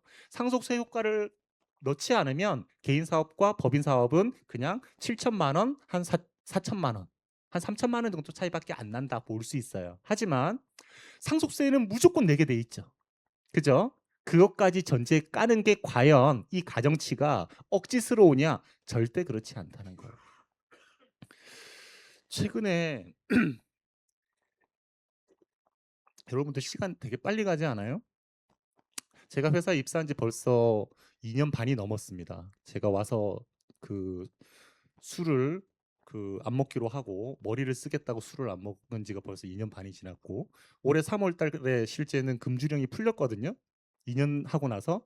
근데 제가 지금 또 여기 다른 마케팅실을 또 맡았어요. 예, 그러면서 여러분들 AI 지금 개발해 드린다고 그랬죠. 다시 머리를 써야 돼서 다시 금주령에 들어갔어요. 세월이 그냥 지날 때는 별로 빠른 것 같지 않은데요. 지나고 돌아보면 금방 가 있더라는 거예요. 그쵸? 여기서 우리가 세금과 관련된 얘기를 할 때도 미래에 얼마 안 올 것 같지만 금방 올 거고 증여세 타이밍, 상속세 타이밍 금방 올 거예요. 빨리빨리 준비를 하고 하지 않으면 금방 어쩔 수 없는 상황으로 간다라는 거예요. 제 주변에 계신 형님들, 사업하시는 분들 최근에 땅 수용 받아서 200억이 들어왔거든요. 아직 지급받지는 않았어요. 계약서 이제 내용들 합의만 이루어지고 있고 얼마 안 남았어요. 2달 안에 200억이 들어올 거예요. 이 2달 안에 뭔가 처리하느냐 2달 지나냐에 따라서 하늘과 땅 차이가 된다라는 거를 골프 치면서 이야기하는 거죠, 제가. 예. 자, 그래서 타이밍이 중요하고 시간이 생각보다 빨리 간다. 자, 그래서 이 상속세 절세 부분을 미리 이야기할 만하다라는 거예요. 이건 상속세는 죽을 때 이야기지만 상속세 이꼴 증여세다. 맞죠? 또 증여세로 왔었을 때 절세 효과는 상승한 그러니까 그 남은 차이 나는 기간 동안에 상승할 부분들이 상승되어 있지 않은 상태에서 하는 거니 상속세 얘기 던지고 이 상속세를 지금 미리 효과를 보기 위해서 사전 증여 플랜을 진행하셔야 된다라고 하는 겁니다. 자, 지금 개인 사업자 얘기하고 있어요. 법인 사업자 얘기할 때 개인이 가지고 있는 부동산, 개인이 갖고 있는 재산에 대해서는 여러분들 크게 관심을 안 가져요. 나중에 전체적인 상속과 관련된 플래닝을 할 때 고민을 하죠. 상속 증여 컨시어즈라고 하는 우리 브로셔도 있죠? 몇 탄이에요? 몇 탄이에요? 16탄이었던 건가? 나도 잘 모르겠네. 어쨌든 16탄 있어요. 제가 법인을 만나도 미리 그 베이스를 깔아야 우리가 여러 가지 계획을 세우기 좋다고 했는데 개인 사업자를 만났었을 때는요. 상속과 증여 베이스를 깔고 갈 수 있어요. 또 그 상대방들도 그 베이스에 고민을 하고 계신 분들이에요. 법인 하시는 분들은 어떠냐면 내 재산을 개인화시키는 거에 딱히 관심이 없이 있으셨다가 지금 막 이야기가 나오니까 엑시트 한다고 우리가 이익 소각도 하고 뭐 차등 배당도 하고 최근에 트렌드가 된 거지만 그냥 법인에 다 재산 있고 세금 안 내고 있지만 놔두면 된다라는 정도가 있었다고요. 그게 상속에 대한 개념이 별로 없었다가 가업 승계하고 묶어지면 고민을 했었다고요. 개인 사업자는 안 그래요. 왜? 세금 다 내고 내 재산이 얼마인지 너무나 정확하게 알고 있고 이 돈들이 얼마나 증가할지 알고 주변에 만나면 다 어떻게 이거 상속세 50% 내고 내가 넘기지 아까워 죽겠다 하면서 어떻게 돌릴까 늘 생각하고 있는 사람이기 때문에 훨씬 좋은 대상이에요. 아까 오늘 강의 들으면 페이버가 있냐고 이야기를 하셨잖아요. 여러분들이 생각할 때 개인 사업자 아까 뭐 5억, 7억 5천, 15억 이야기했지만 규모가 꽤 100억대가 되는 개인 사업자들 너무너무 많거든요. 그 개인 사업자들 만나서 우리가 이 법인 전환이라는 걸 통한 것만이 엄청 베스트한 솔루션이죠. 여러분들 법인 만나갖고 대단한 솔루션 지금 꺼낼 게 있어요? 당연히 뭐 이익 소각하고 다 하지만 되게 어떻게 보면 스팟적이잖아요. 그거에 대해서 큰 니즈가 없으면 통하지 않고 그래서 인증 정도 이런 거 진행하잖아요. 개인 사업자는요. 법인 전환한다는 것 자체가 솔루션이에요.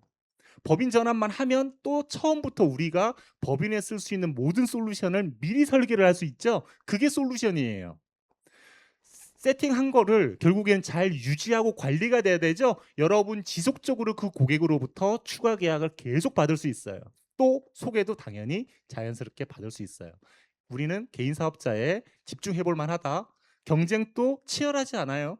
우리 전화해서 콜하는 것들 다 법인해야죠. 개인은 어쨌든 떼타지 않은 데가 되게 많거든요. 제가 지금 오프 더 레코드로 한번 말씀드릴게요. 제가 개인 사업자들이 꽤 모여 있는 협단체를 제가 다음 주 화요일 날 미팅을 하거든요. 예, 꽤 큰 개인 사업자들이 많이 모여, 법인 사업자도 있지만 거기에서 좋은 DB들을 발굴할 거예요. 준비가 되신 분들한테 실제는 기회를 드릴 생각을 갖고 있어요. 왜 그렇게 공략을 하느냐? 경쟁이 치열한 곳에서 내가 피 터지면서 작은 어떤 이익을 얻는 것도 좋지만 우리는 영업적으로 나의 사업이잖아요. 포트폴리오를 짠다라고 하면 이 파트에 대해서 충분히 우리가 고민해 볼 수 있다. 그리고 이분들이 상속 증여로 고민을 해서 솔루션이 나온다면 종신보험이 하나의 솔루션이 돼요. 그래서 월납 보험료가 몇백만 원 수준이 아니라 몇천만 원 수준으로 점프업 될 수 있는 것들이 개인 사업자일 수 있다라는 거. 그래서 오늘 어제 마감하고 쉬고 싶으셨을 텐데도 나오신 여러분들은 진짜 감각들이 있고 애티튜드가 돼 있는 거예요. 내 일과 관련돼서. 자, 그래서 위에 이 차이가 난 거를 제가 밑에 상세 계산을 해놨으니까 이 부분을 가지고 질문이 나오시면 답변하실 수 있어요. 자, 그리고 나서 이제 영업권 효과예요. 영업권. 개인 사업자 법인 전환을 하게 되면 영업권이라는 걸 평가를 할 수 있는데 보통 세무사님들이 평가해 주신다고 하셨잖아요. 물론 영업권을 평가하는 방법은 세무상으로 픽스되어 있지만 세무사님들이 계산하는 방식으로 계산하는 건 보고서에 자동으로 계산돼서 나와요. 다만 감정평가사님이 좀 더 보이지 않는 거에 대한 영업권을 평가할 수 있는 방법들이 좀 있어서 평가서를 낸다면 조정도 가능하다. 이걸 어떻게 누구한테 이거 증폭시킬 수 있어요? 제가 그래답에 전문가 파트에 들어가시면 전문가 좋은 파트 들어가시면 거기에 감정평가사님이 계십니다. 그분께 의뢰를 하시면 즉각적으로 그에 대한 답변을 받을 수 있고요. 아니면 저한테 물으셔도 제가 연결을 해드릴 수 있어요. 자, 그러면 영업권은 단순하게 쉽게 보면요. 영업권은 뭐냐면요. 권리금 같은 거라고 보시면 돼요. 개인 사업자 법인 전환하는데 왜 권리금이 나오지? 여러분들이 이 법인 전환이 뭔지에 대한 그 개념도 다시 한번 잡아볼 필요가 있어요. 앞에서도 설명을 잠깐 하셨는데 법인 전환은요. 내가 개인 사업자로 운영하다가 법인 사업자로 일을 하겠다, 사업을 하겠다가 아니라는 거예요. 실제 형식상으로는요. 신규 법인을 설립을 하고 내가 신규 법인을 설립했어요. 어떤 데 가보면 개인 사업자도 갖고 계신데 법인 사업자도 있으신 분들 있으시잖아요. 똑같아요. 법인 사업자를 설립을 했어요. 그리고 자연스럽게 내가 개인 사업을 하고 있던 걸 이쪽으로 살살살살 옮겨갈 수 있죠. 법인 전환한 것도 아니고요. 그냥 하는 거예요. 이걸 제가 뭐라 그랬죠? 자녀들에게 창업자금 특례를 통해서 사업을 열게끔 해주고 거기에다가 아버지가 갖고 있는 사업의 핵심들을 조용히 물려주고 거래처를 잘 넘겨주면 그게 가업승계라고 했고 실제 세금 안 들이고 하는 방법이라 그랬었던 거예요. 맞죠? 그런데 자녀까지 가지 않고 내가 지금 세금적인 거나 대외적인 신용도나 여러 가지 효과를 보기 위해서 내가 법인을 하나 만들어요. 그리고 개인 사업자에 있는 것들을 서서히 넘기는 것이 아니라 한 방에 넘긴다. 이게 뭐예요? 법인 전환이라는 거예요. 맞죠? 자, 그러면 내가 이제 제가 여기서 잘려요. 예, 잘렸어요. 뭐 하지? 여기 지하 1층에 칼국수 집이 있는데 장사가 잘 돼. 야, 저거라도 내가 하나 인수해 볼까? 갔더니 기본적으로 뭐 자기 건물은 아닐 거 아니에요. 그쵸? 권리금을 5천만 원 달래요. 아니면 1억 달래요. 그 1억이 영업권이죠. 그죠? 어떻게 되는 거예요? 거기 개인 사업자겠죠. 법인은 아닐 것 같아, 규모적으로. 그 사람이 개인 사업자를 나한테 넘긴 거죠. 나는 법인 사업자로 한다고 가정해 볼게요. 그럼 나의 법인에다가 넘긴 거죠. 넘길 때 거기 집기 비품이나 있는 것이 아닌 플러스 알파로 더 달라고 했었던 그 돈만큼이 영업권이겠죠. 그러면 법인 입장, 내가 어쨌든 법인으로 해서 운영한다면 사왔었을 때 영업권이 생기죠. 법인 입장에서. 파는 그 사장님 입장에서는 영업권이 생겼죠. 맞죠? 근데 지금 상황은 뭐예요? 법인 전환은 판자와 산자가 동일인은 아니죠. 법인이니까. 하지만 동일한 주체죠. 맞죠? 그러니까 어차피 동일 나야. 그러면 개인 입장에서 생겼던 그 영업권이 어떤 효과가 있고 법인으로 영업권이 들어와서 계상됐던 이 영업권이 어떤 효과가 있는지 알면 법인 전환을 통해서 영업권이 어떤 효과가 있는지를 알 수 있겠죠. 첫 번째, 그래서 위에는 개인 입장에서 법인 전환 시 영업권 평가의 장점이라고 돼 있어요. 개인으로 그 가게를 운영할 때 실제는 어떤 소득이 나올 거 있잖아요. 그 소득 나올 걸 이렇게 옮기는 과정에서 실제는 영업권으로 평가된 만큼을 소득으로 가져가는 거예요. 왜요? 법인에 옮길 때 법인이 그 영업권만큼을 그 개인에게 지급하는 거잖아요. 맞죠? 이해되세요? 그게 지금 9,980만 원이라고 예시를 들었는데 1억이라고 할게요. 이 1억을 그냥 급여로 가져갈 수도 있는 상황이었던 거를 옮기는 그 타이밍에 기회가 왔을 때 한 카드를 쓰는 거예요. 그러면 세금이 1,500만 원. 사실은 더 될 거예요. 다른 소득들이 있으니까. 자, 그런데 뭐 이것만 갖고 단순 계산할 때 1,500만 원이에요. 자, 그런데 이걸 영업권으로 평가를 해요. 그러면 영업권으로 평가를 하게 되면 필요 경비를 60% 인정을 해줘요. 그리고 나서 세액은 440만 원. 지방세까지 해서 차이가 많이 나죠. 영업권을 지금 1억 계상했지만 3억도 되고 5억도 될 수 있잖아요. 이 격차는 어마어마하게 커지겠죠. 맞죠?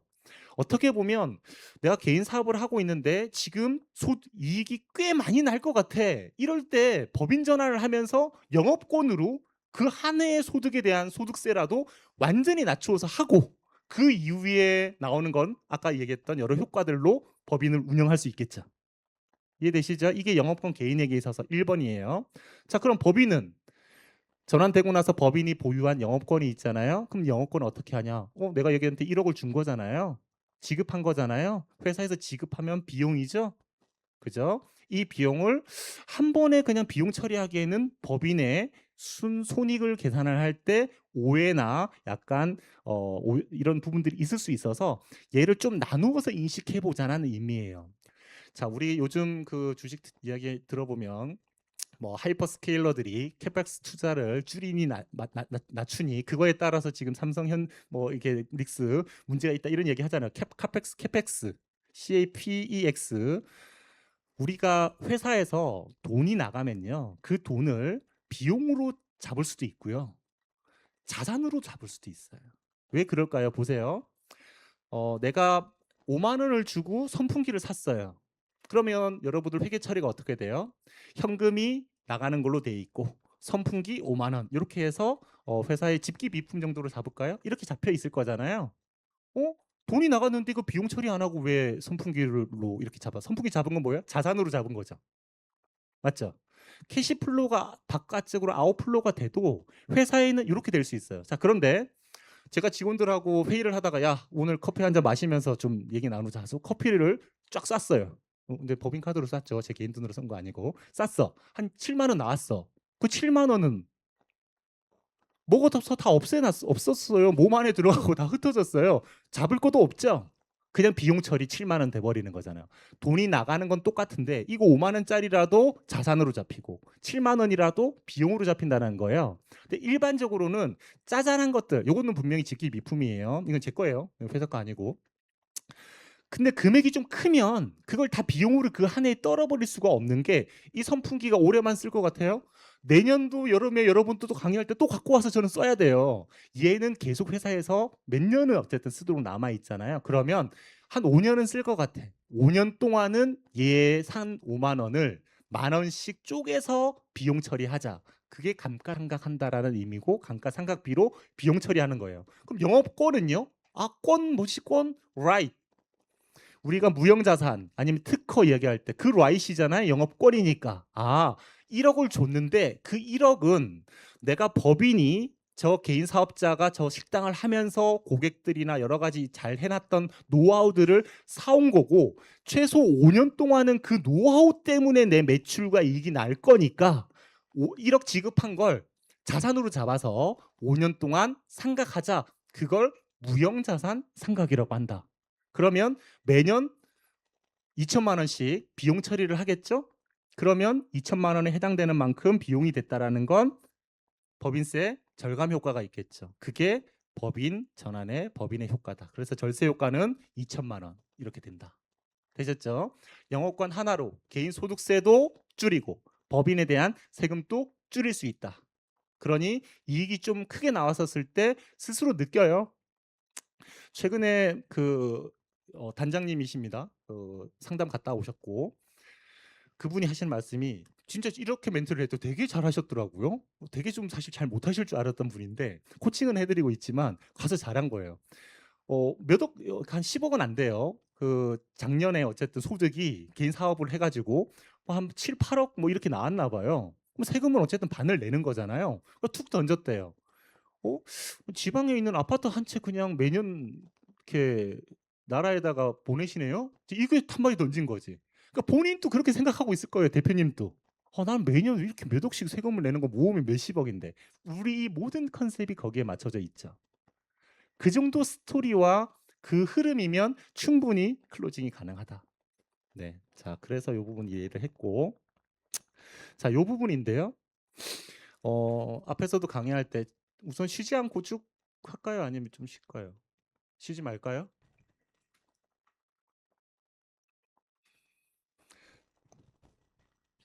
자, 이어서 얘기하겠습니다.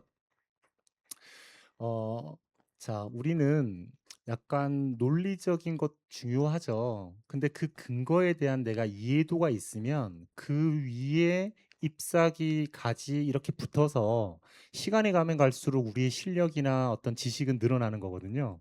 근데 이파리만 모으면요. 결국에는 그 낙엽으로 다 태워 없애야 돼요. 그래서 제가 약간 근원적인 얘기들을 많이 드립니다. 제가 국세청하고 싸울 때요. 되게 재밌는 게 있거든요. 조사관한테 어쨌든 딱 팩트로 보면 무조건 세금 부과 내역이에요. 제가 조사관한테 이런 질문을 하거든요. 이거 세금 지금 이제 이거 그 명의신탁과 관련돼서 증여의제로 해서 세금 부과하셨는데 명의신탁 증여의제에 이 법이 만들어진 취지가 뭔지 아시냐고 물어봐요. 그럼 조사관들이 깜짝 놀래가지고 눈이 동그래져요. 한 번도 생각해 본 적도 없어요. 취지는 이러해서 이런 걸 막기 위해서 이 법이 제정이 되었고 어쨌든 기획재정을 올려서 통과가 돼서 나온 법이다. 그 취지로 본다면 지금 상황은 안 맞지 않냐. 부과는 해야 되는 어떤 사실적으로 보면 맞는데 근원적으로 보면 아닌 거죠. 고민을 하게 된다는 거예요. 그 고민을 하게 만들어서 한 번도 져본 적이 없습니다. 다 이겼어요. 네. 심사 청구까지 가가지고 다 이겼거든요. 자, 그래서 여러분들도 설득력이 있거나 아니면 또 세무사하고 좀 부딪힐 수도 있잖아요. 다른 또 경쟁자하고도 부딪힐 수 있잖아요. 조금 근원적인 이해가 된다라고 하면 훨씬 쉬워진다라는 거예요. 자, 앞에서 또 우리 멋쟁이 세무사님께서 말씀하셨잖아요. 가압승계 증여 특례를 개인 사업자는 쓰지 못하고 법인 사업자만 쓸 수 있다 그랬잖아요. 왜 그런 거예요? 뭐 하나 나왔는데 뭐 여기가? 왜 그렇죠. 제가 앞에서 뭐라 그랬죠? 상속 대상 재산에 들어가는 부분들이 무엇이냐 그랬죠. 법인 사업자는 주식, 개인 사업자는 순자산이라 그랬죠. 그죠? 맞죠? 자, 그러면 상속과 관련된 그 상속 대상 재산의 개념이 실제는 증여로 똑같이 온다 그랬죠? 자, 증여하려고 보면 그 증여 대상 재산이 주식, 그 다음에 순자산 가치잖아요. 가압승계 증여 특례라고 하는 것 자체는 주식을 미리 이전해 준다는 의미였잖아요. 개인 사업자는 주식이 없죠. 그래서 못 하는 거예요. 그죠? 그래서 증여 대상 어쨌든 그렇다. 그 개념을 알고 있다라고 하면 되는 거죠. 자, 그러면 개인 사업자 얘기하면서 결국에 이게 하나의 카드가 될 수 있다는 거예요. 자, 가압승계 증여 특례 효과가 얼마나 되는지는 알고 계신가요? 얼마나 가치가 있는지 알고 계신가요? 우선 읽고 다시 한번 얘기 드릴까요? 밑에 최대 600억 원까지 가능하다. 네, 예전에 300억이었는데 600억으로 늘어났네요. 10억 원까지는 비과세다. 10억 원까지는 세금 안 내네요. 10억 원 안쪽의 주식이면 그냥 공짜로 넘겨준다는 의미네요. 너무 좋네요. 아까 뭐 10%, 20%, 30%까지 필요 없죠. 안 내도 되네요. 10%에서 그 다음에 어, 10억 넘어가는 거는 10%에서 20% 단일 세율로 가네요. 그죠? 50%를 아까 얘기했는데 얘는 20%까지밖에 안 가요. 괜찮죠? 세금 20% 세율이면 높아요, 낮아요? 무조건 낮다. 상대방을 우리가 동의시키는 핵심이 포인트예요. 우리 예전에 여러 가지 세율은 다 높았는데 주식 양도세가 10%일 때가 있었죠. 그게 베스트였잖아요. 지금은 안 되죠. 20%. 그래도 20% 갖고 그거 많이 하죠. 가장 낮은 세율이 20%죠. 여러분들 금융소득 종합과세에 들어가지 않도록 우리가 온천징수 내는 금융소득 2천만 원까지 15.4%죠. 자, 그거 한번 놓쳤다가 종합소득 들어가가지고 그 금융상품 가입이 안 돼요. 2천만 원 그거 내가 15.4% 내려고 그 애를 써야 되는 거였어요. 20% 세율이면 진짜 낮은 거죠. 또 제가 또 무슨 얘기 드렸죠? 대표님이 왜 이렇게 급여를 적게 갖고 나가시나요? 우리 법인 이야기예요, 이거는. 세율 때문에 그랬어요. 그런데 연봉 2억 4천까지 갖고 나가도요. 실효세율은 15.9%밖에 안 돼요. 개인소득세는 많이 냈지만 법인 세금 절세 효과까지 합치면 15.9%예요. 월급 500만 원이 아니라 월 2천만 원씩 갖고 나가도 실제 세금은 15.9%니까 괜찮다고요. 근데 그걸 하지 않으면 나중에 50% 상속세 낼 거죠. 무조건 낸다고요. 그죠? 자, 그럼 우리는 20% 세율은 진짜 낮은 거다라는 걸 상대방한테 인식시켜 드려야 돼요.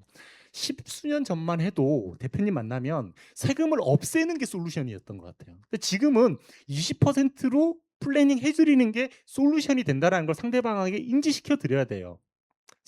이 브로시의 마지막 장에 보면 PCI 시스템, 그 다음에 FIU 이런 거를 내가 놓은 이유가 있어요. 예전처럼 가리고 눈 감고 도망 다닌다고 도망가지지 않다라는 걸 뒤에 하면서 20%가 괜찮으니 그와 관련돼서 저랑 플래닝을 하고 지속적 관리합시다. 관리하면서 우리는 할 것들이 너무 많아요. 상속세 준비를 위한 종신보험까지도. 자, 그게 증여특례 효과예요. 가압승계 증여특례 효과에 대한 브로셔를 만들어 놓은 게 있죠. 제목이 뭐예요? 자꾸 저기 본부장님만 쳐다봐서 부담스러워요? 믿어서 내가 보는 거야. 믿고 보는 거야. 응? 아니죠. 두 번째 브로셔 2탄이에요. 너무 오래돼서 그런데 여러분들 다 그거 오래됐다고 옛날 게 아니죠. 계속 쌓여 있는 거 현재 진행으로 쓰시라고 제가 쌓아놓은 거니까. 두 번째 기업 자산 사전 상속이라는 게 있어요. 그 브로셔가 이 가업승계 증여특례 효과를 정말 명확하게 보여줄 수 있도록 만든 브로셔예요. 사전 상속이라고 들어보셨어요? 제가 만든 브로셔를 제외하고 들어보신 분 있는 저기 있는 거 사전 상속 있어요? 응? 쭈쭈 뭐요? 그러니까요. 역시 우리 네, 감사합니다. 자, 상속은 죽고 나서 하는 거죠. 증여는 죽기 전에 하는 거죠. 그죠? 여기에 사전이라고 하면 사자가 죽을 사자는 아니겠지만 죽는 사건과 관련된 이벤트 전이에요. 사전에는 상속이 없어요. 근데 제가 사전 상속이라는 단어를 만든 이유가 뭐예요? 직관적으로 여러분들이 죽기 전에도 상속의 효과를 볼 수 있는 방법이 있다라고 해서 사전 상속. 근데 그게 일반인들에게는 안 된다. 기업과 관련돼서만 돼야 된다. 우리 그때 기업이라고 하면 다 법인을 이야기하고 있었으니 법인의 사전 상속이다라고 한 거예요. 그게 이 증여특례 효과를 보여준 거예요. 이건 우리가 기업 진단 보고서 법인용 보면 뒤에 한 15페이지인가 넘어가면 이게 항상 나오죠. 보고서 안 써요? 나오잖아요. 제가 노는 이유가 있었겠죠. 자, 그걸 노는 거예요. 그럼 어떻게 이걸 넣어놨느냐 생각해 보세요. 개인 사업자니까 이게 적용이 안 되잖아요. 그럼 법인 전환을 하고 나면 쓸 수 있다라는 거예요. 그럼 개인 사업자를 법인 전환해도 매출액, 순이익은 똑같아요. 세금을 어떻게 내느냐만 달랐던 거죠. 재무상태표는 없다고 했지만 그려졌죠. 그 그려진 게 재무상태표로 완성이 돼서 법인은 나오는 거죠. 나오고 나면 결국에 주식이 생겼으니까 증여특례를 쓸 수 있다. 그래서 이것도 보고서 뒤에서 보여드리겠지만 그 개인 사업자가 법인 전환되었었을 때 자동적으로 이 회사의 가치가 어느 정도 규모가 될 건지를 가늠을 해서 나중이지만 가압승계 증여특례 효과를 이용을 해서 상속을 할 수 있다는 걸 보여주고 있는 거예요. 아까 박구 세무사님도 약간 아쉬워했었던 게 그거잖아요. 껌껌이 계산해가지고 효과를 막 하기 힘들다 그랬잖아요. 여러분들은 보고서 그냥 1, 2분이면 만들어서 그 효과가 들어가 있는 보고서를 가지고 다 얘기 나눌 수 있어요. 가정치가 들어갔지만 실제 니즈 환기를 하고 결정하는 데는 문제될 게 없어요. 어? 한 50% 효과 있을 줄 알았는데 40% 효과 있으면 안 돼요? 60% 효과 있으면 안 돼요? 효과 있는 게 중요하잖아요. 그래도 엉뚱한 데서 갖고 온 값이 아니라 그 회사 자체의 매출액과 순이익과 성장률을 다 베이스에 깐 상태에서 한 거니까 충분히 설득력은 있는 거죠. 어떻게 될지 알아. 월요일 날 또 이게 데드캣 바운스가 아니라 V자 반등으로 갈 수도 있는 거 아니에요? 가면 안 되는데 난 저 가면 안 된다고 생각. 죄송해요. 네? 빠질 것 같아요? 아, 또 빠졌어요? 네, 그럴 수밖에 없다. 저는 생각하고 있지만 참고만 하시고요. 자, 그래서 봤더니 주식 가치가 13억인 거예요. 예. 그런데 법인 전환을 해야만 실제는 순자산 가치가 여기 그 기업 가치가 나올 건데 미리 해야 되는 거니까 저는 기본적으로 이 회사의 순손익과 재무 상태표가 없는 거지만 표기된 걸로 해서 했는데 순손익에 좀 더 포커싱을 맞췄어요. 왜 그러냐? 재무 상태표가 완전성이 없거든요. 그죠? 우리가 순손익하고 순자산을 기본적으로 4대 6으로 평가를 하잖아요. 순손익이 훨씬 더 의미가 있는 거죠. 그렇죠. 그래서 거기에 포커싱을 맞췄어요. 자, 그래서 보면 일반적으로 13억을 증여를 하게 되면 4억 정도의 증여세를 내야 돼요. 그런데 얘가 가정치를 어떻게 했냐면 증여 특례를 이용하려고 해도 비업무용 자산과 관련된 부분은 빼고 하는 거잖아요. 그럼 비중이 어느 정도 될까? 저는 그냥 10% 정도는 비업무용으로 있을 확률이 있다라고 빼놓은 거예요. 90%만 증여 특례에 적용된다라고 가정을 하고 했더니 가업승계 사전 증여를 이용을 하면 이거 사전 상속으로 바꿔놔야겠다. 이거 근데 사전 상속 바꾸면 누군가가 이 오타 났다고 할 것 같으니까 증여로 넣어놓긴 했는데 3.0%? 뭐야 이게 세율이야? 그죠? 20%가 보통 가장 좋은 세율에는 3%예요. 결국에는 4천만 원. 13억을 증여하고도 4천만 원 세금밖에 안 낸다. 3%밖에 세율이 적용이 안 된 이 카드를 써야 되는데 개인 사업자는 못 쓰는 거예요. 이걸 쓸 수 있다라고만 이야기를 해도 대표님은 동의하실 거예요. 이건 그러면 가업승계를 생각하고 있는 기업만 해당되겠네요. 할 수 있죠. 과연 그럴까요? 아까 박훈생 부사님은 이제 그런 전제로 얘기했지만 우선은 세금을 보세요. 세금을 줄여서 이전되고 나서 그 회사가 그러니까 가업승계라고 하는 게 아까 뭐 건물을 팔 거예요, 안 팔 거라 그러니까 뭐 200억까지 간다니까 계속 간다 그랬잖아요. 내가 사업을 해도 언제 문 닫을지 몰라요. 그죠? 문 닫을 수 있는 거예요. 자녀에게 넘어가도 자녀도 문 닫을 수 있는 거잖아요. 언제든 닫을 수 있어요. 그죠? 다만 증여와 상속, 세대 이전되는 거는 무조건 발생하죠. 이걸 이용해서 이전시켜 놓고 문 닫는 게 효과적일 수도 있다니까요. 왜 그런지 아세요? 이전하기 전 단계에서 문을 그러니까 뭐 이건 개인 사업자니까 그런데 법인 사업자라면 문을 닫으면 미처분 이익 잉여금과 해당되는 만큼을 청산소득세로 세금을 과하게 내야 되기 때문에 문 닫고 싶어도 못 닫는다 제가 늘 얘기 드리잖아요. 이전해서 결국에 그 회사를 서서히 어쨌든 줄여 나간다라고 하면 훨씬 더 낮은 세금으로도 가능하잖아요. 자, 그래서 어쨌든 요거 하나만 개념적으로 이걸 이용을 하게 되면 결국에 13억에 해당되는 거를 이렇게 적용을 하면 3%로 할 수 있다. 두 가지에 비교해서 10년 정도 지나면 13억이 19억까지 되네요. 제가 아까 프로젝션 한다 그랬죠? 그때가 되면 28%가 아니라 32%가 되는 겁니다. 하지만 법인으로 전환해서 증여특례를 이용하면 3%만 하면 됩니다. 이 효과를 보실 수 있는 방법이 법인 전환하는 겁니다. 저 같으면 할 것 같아요. 특히 여러분들 개인 사업자들 중에 대단한 비즈니스 모델을 갖고 있는 업체들은 새로운 기술의 특이점이 나오는 순간 문을 닫을 수가 있어요. 그런데 꾸준하게 그냥 먹고 사는 거 관련된 비즈니스 모델들 있죠. 뭐 유명한 식당들 한 달에 뭐 10억씩 파는 데 있잖아요. 연이면 100억이 넘어가잖아요. 그런데 다 개인 사업자 돼 있는 데 있죠. 어차피 이어 세대를 넘어갈 수도 있고요. 그죠? 이제 그런 쪽이 실제적으로 요 방법을 써야 되는데 못 쓰는 거잖아요. 그러니까 부모가 죽거나 이제 최근에 제가 한 들은 거기는 냉면집이에요. 저기 종로 쪽에 있는 연매출이 뭐 한 150억 정도 되나 봐요. 그리고 뭐 허름해요. 예, 뭐 그런데 150억 정도 되나 봐요. 할머니가 어쨌든 하시는 건데 할머니 돌아가시는 순간 과연 운영이 가능할까? 그 세금을 내야 50% 내야 되는데 어떻게 해요? 그죠? 그 부동산 거기 다 끼워서 같이 있는 거니까. 법인 전환 가는 게 맞죠. 그죠? 자, 그래서 요걸 보시면 됩니다. 자, 그래서 어떤 방법으로 법인 전환할 것인가? 좀 자세하게 요 부분을 설명을 했잖아요. 조세 지원을 받는 경우와 받지 않는 경우. 여기 조세라고 하는 건 어쨌든 조특법에 대한 부분이고 앞에서 다 얘기 나눈 부분들이라서 이걸 자세하게는 얘기를 안 드릴게요. 그래서 선택할 수 있다. 이건 제가 지금 뒤에 보고서에서 다시 한 번 더 보면서 얘기 드릴게요. 자, 현물 출자가 조금 약간 다른 거에 비해서는 좀 구체적인 내용들이 필요해서 제가 밑에다가 현물 출자와 관련된 건 이렇게 놓는 거예요. 어떤 경우다? 우리가 법인 전환이 뭐라 그랬죠? 개인 사업자를 법인으로 그냥 이거 뭔가 명의 바꾸듯이 바꾸는 게 아니라 그랬죠? 법인을 신설 법인 만든 거에다가 내가 개인 사업을 파는 거라 그랬잖아요. 팔면 돌려받아야 되는 돈이 필요한데 내가 부동산을 끼고 있는 사업체면 크죠. 법인이 그 돈을 줘야 되는데 돈 줄 돈이 너무 없으면 안 되죠.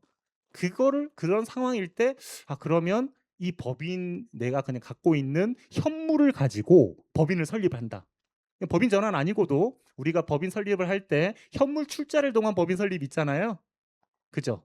그 평가를 해서 그냥 법인을 설립을 한다라는 의미의 것이 현물 출자 부분이다. 이렇게 이해하시면 되는 거예요.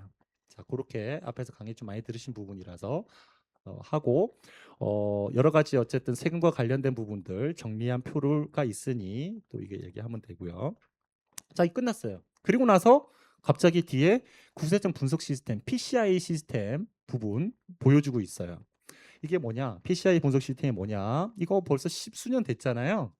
국세청이 그때 얼마를 들였는지 정확하게 이제 기억이 안 나는데 거의 1,000억 정도 투자를 했나? 이 시스템을 하는데 대단하지 않아요? 국세청에서 1,000억을 투자해서 몇십 배를 더 벌었다고 얘기를 해요.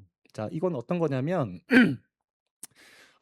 우리가 돈을 벌잖아요. 내가 지금 재산이 있었어요. 10이 있었어요. 10억.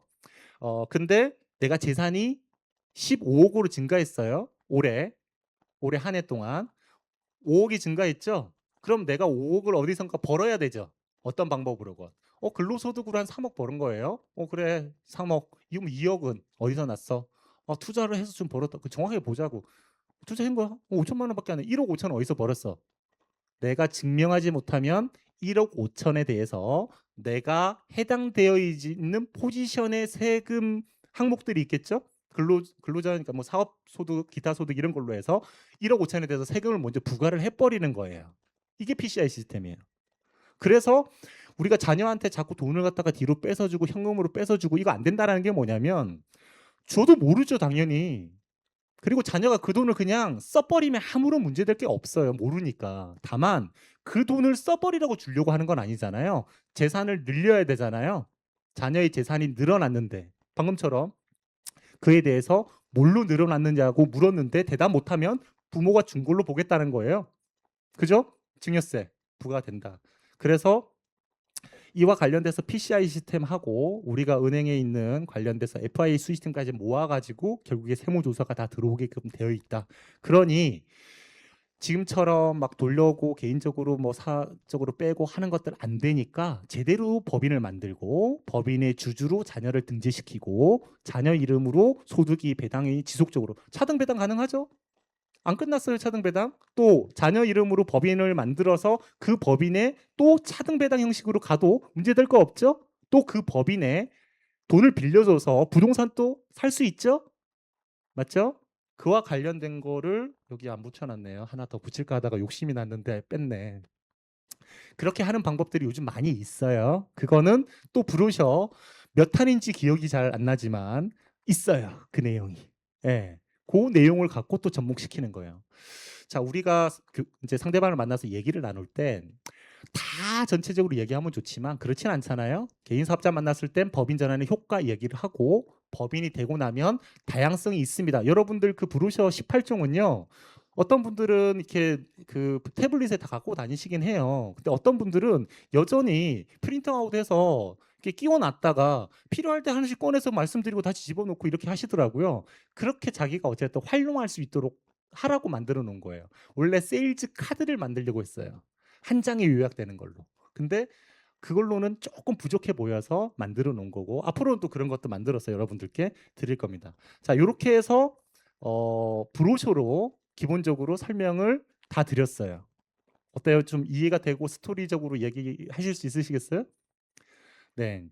이걸 현장에서 가기 전에 한번 쭉 읽고 가시고요. 그리고 현장 가서 꺼내 놓고 말씀하실 때 컨닝 페이퍼로 쓰실 수 있다. 여기까지만 하고, 제가 아까 교육적으로나 생산성 높이기 위한 부분 한다 그랬잖아요. 그게 여러분들이 학습을 내가 오늘 갈 곳이 개인 사업자야. 오늘 갈 곳이 ISO야. 내가 갈 곳이 벤처 인증이야. 내가 갈 곳이 상속 증여야. 내 안에는 지식이 있는 것 같지만 바로 안 튀어나오죠. 여러분들이 그걸 바로 튀어나오게끔 짧은 시간 안에 머릿속으로 리뷰하고 현장에서 바로 튀어나올 수 있는 거를 준비하고 있어요. 깜짝 놀라시게 해드릴게요. 깜짝 안 놀라면 어떡하지? 자, 네, 이렇게 하고, 자, 그러면 우리 보고서를 잠깐 볼게요. 네, 네, 어디부터 있어요? 장점,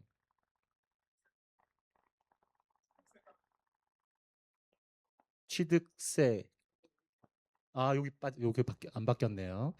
네, 요거는 여러분들이 이렇게 집중하시는지 하지 않는지를 알기 위해서 항상 하나씩 심어 놓는데 당첨, 네, 감사드립니다. 네, 바꾸라고 하겠습니다. 자, 그리고 잠시만 뭐 이렇게 한다 그랬지. 네, 우리 보고서 그 개인 사업자 보고서 열어주시면 돼요. 어떻게 예리하게 그걸 찾아내셨어요? 그렇죠. 중요하죠.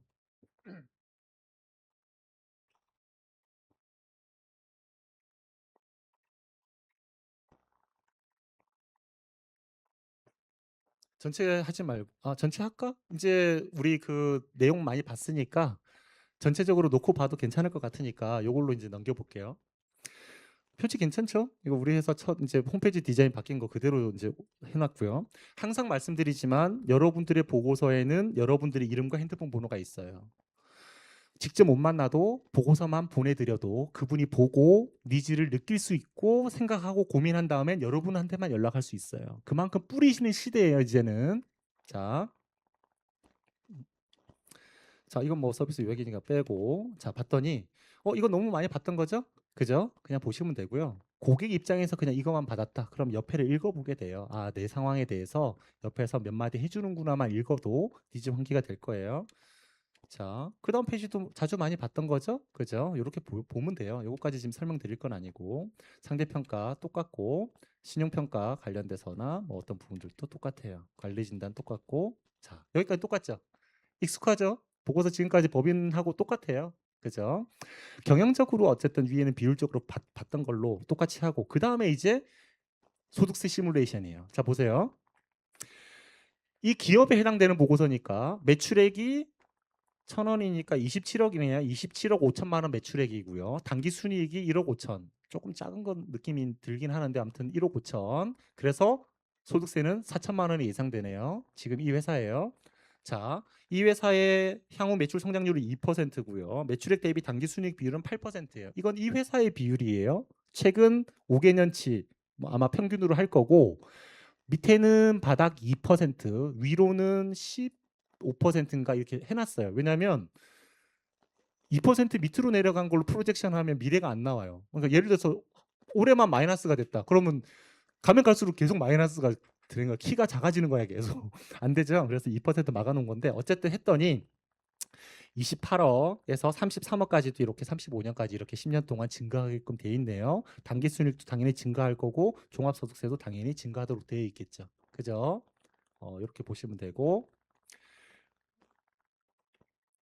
자, 이 페이지에요. 지금은 여기 보니까 귀사의 업종의 성실신고 대상 이제 기준은 7.5억인데 매출액이 27억이네. 이미 성실신고 대상자네요. 힘드시죠? 막 이렇게 얘기해 놀려야죠.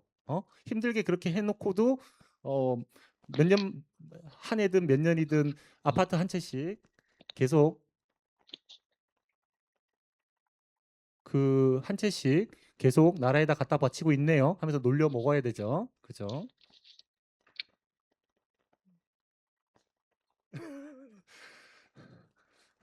네. 자, 그렇다. 자, 그다음에 뒤에는 또 성실신고 확인 제도와 관련된 내용들 앞에 있었던 거 똑같이 붙여놨어요. 내가 보고서를 뽑아서 갈 수 있으면 앞에 브로셔 굳이 안 해도 되고, 보고서를 뽑을 만한 상황이 아니거나 보고서를 뽑을 만한 내용이 없을 수 있죠. 개인 사업자는 없는 경우들도 꽤 있잖아요. 그죠? 그래서 이걸로 못 쓰면 브로셔를 쓴다. 아니면 내가 좀 뿌리겠다라고 하면 브로셔를 먼저 다 보내버리고 만나시면 되겠죠. 만날 때는 회사 진행하시면 돼요. 자, 이거 저희가 자, 다시 오프 더 레코드를 잠깐 얘기할게요. 원래 그레다 보고서가 크레탑 기준으로 나왔었단 말이에요. 크레탑 기준으로 나왔단 말이에요. 꽤 많은 정보들이 있었어요. 법인 경우에도. 근데 지금은 크레탑 기준이 아니에요. 나이스. 그럼 나이스는 한 500만 개, 크레탑은 900만 개. 그럼 결국 이 정보가 없는 경우가 있고, 정보가 있어도 25년까지 없고 24년까지만 있기도 해요. 그래서 예전에는 진짜 막 치면 그대로 거의 대부분 내가 나왔는데 요즘은 치면 안 나오는 경우들이 있어. 막 짜증이 나잖아. 그래서 만들어 놓은 게 수동 보고서예요. 그래서 엑셀로 하자 이렇게 해서 만들어 드렸더니 엑셀 복붙하는 걸 싫어하시는 거야, 여러분. 그래서 뭘 만들어 놨어요? 그냥 PDF 보고서만 첨부만 하면 자동으로 만들어지게끔 돼 있으니 이 정도는 하실 수 있다. 그죠? 개인 사업자는 나이스로 들어가도 없을 경우가 많을 거예요. 그러면 PDF로 붙이셔야 돼요. 맞죠? 거기까지는 하실 수 있잖아요. 뭔지 아시죠, 지금? 그냥 그래답 첫 페이지에서 수동 보고서 누르면 거기에 PDF 첨부하기가 있어요. 거기에다가 우리 그냥 크레탑 늘 받아보시는 그 종합 보고서 있죠? 그걸 그대로 파일만 거기다 넣고 하면 보고서는 이대로 해서 분석해서 만드실 거예요. 자, 그 밑에는 보면 이제 뭐 벤처 투자 이야기도 나오고 이거 아닌데 너무 많이 네, 다 넘어갔죠.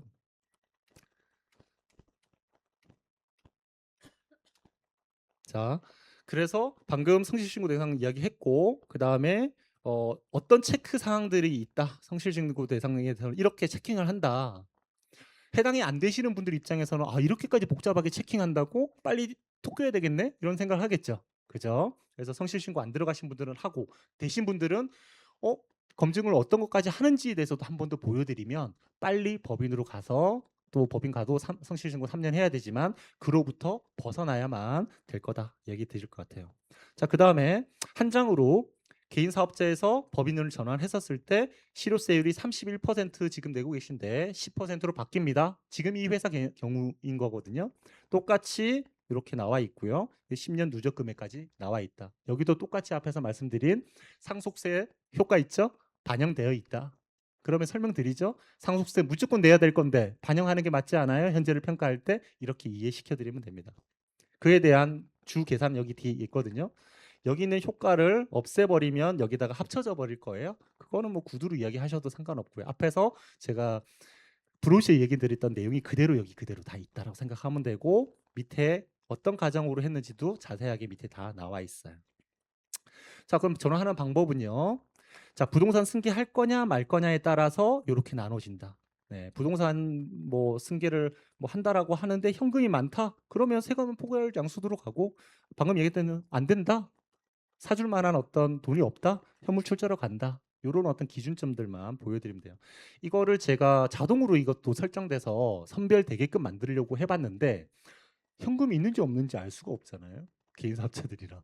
그죠? 우리 법인이면 법인에 있는 현금 흐름으로라도 유추할 텐데 개인 사업자 중에 돈 많은 사람들 많거든요. 진짜로. 자산가들 되게 많아요. 자, 그래서 법인 전환 유형별로 장점과 단점이 있으니 질문하면 그냥 이거 갖고 얘기 드리면 됩니다. 네. 자, 소요 비용도 각각에 대해서 나와요. 자, 그래서 이 밑에 있는 금액들을 보여드리면 돼요. 다만 여기에 자본금이 다 들어가 있거든요. 그죠? 이게 잠깐만요. 이거 바뀐 것 같은데. 여기 샘플 보고서를 갖고 왔어요. 이거 처음에 디자인할 때 만든 걸 갖고 왔는데 돌려보면 다르게 나올 것 같은데 어쨌든 자본금과 관련된 부분 요게 아마 제가 볼 때 이쪽으로 가야지 바뀌어야 될 것 같긴 하거든요. 현물 출자니까 어쨌든 어느 방법으로 했었을 때 돈이 얼마 정도 준비가 돼야 된다. 위에 있는 부분은 비용으로 보시고 자본금은 우선 비용이라고 보기에는 그렇지만 현재 필요하게 준비해야 될 돈 정도다라고 보시면 될 것 같아요. 영권 절세 효과. 자, 맞죠? 앞에서 얘기했던 게 여기 그대로 있어요. 개인 경우에 영업권 절세 효과가 여기 바로 나와요. 앞에 보여드렸던 그 예시가 이 샘플 보고서라서 똑같이 나와 있어요. 법인 같은 경우도 똑같이 나와 있어요. 그죠? 근데 이건 회사마다 달라지겠죠?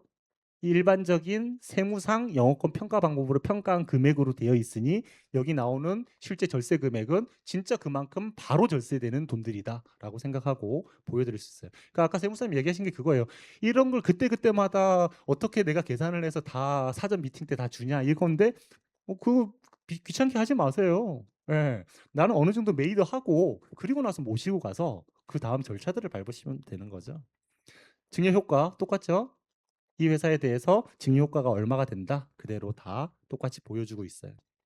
자, 뒤에는 기본적인 개인 사업자들에 대한 세무 리스크 관리와 법인 전환 타당성 검토. 대표님하고 이게 질문을 몇 가지 던져보면서 하는데 잠깐 볼까요?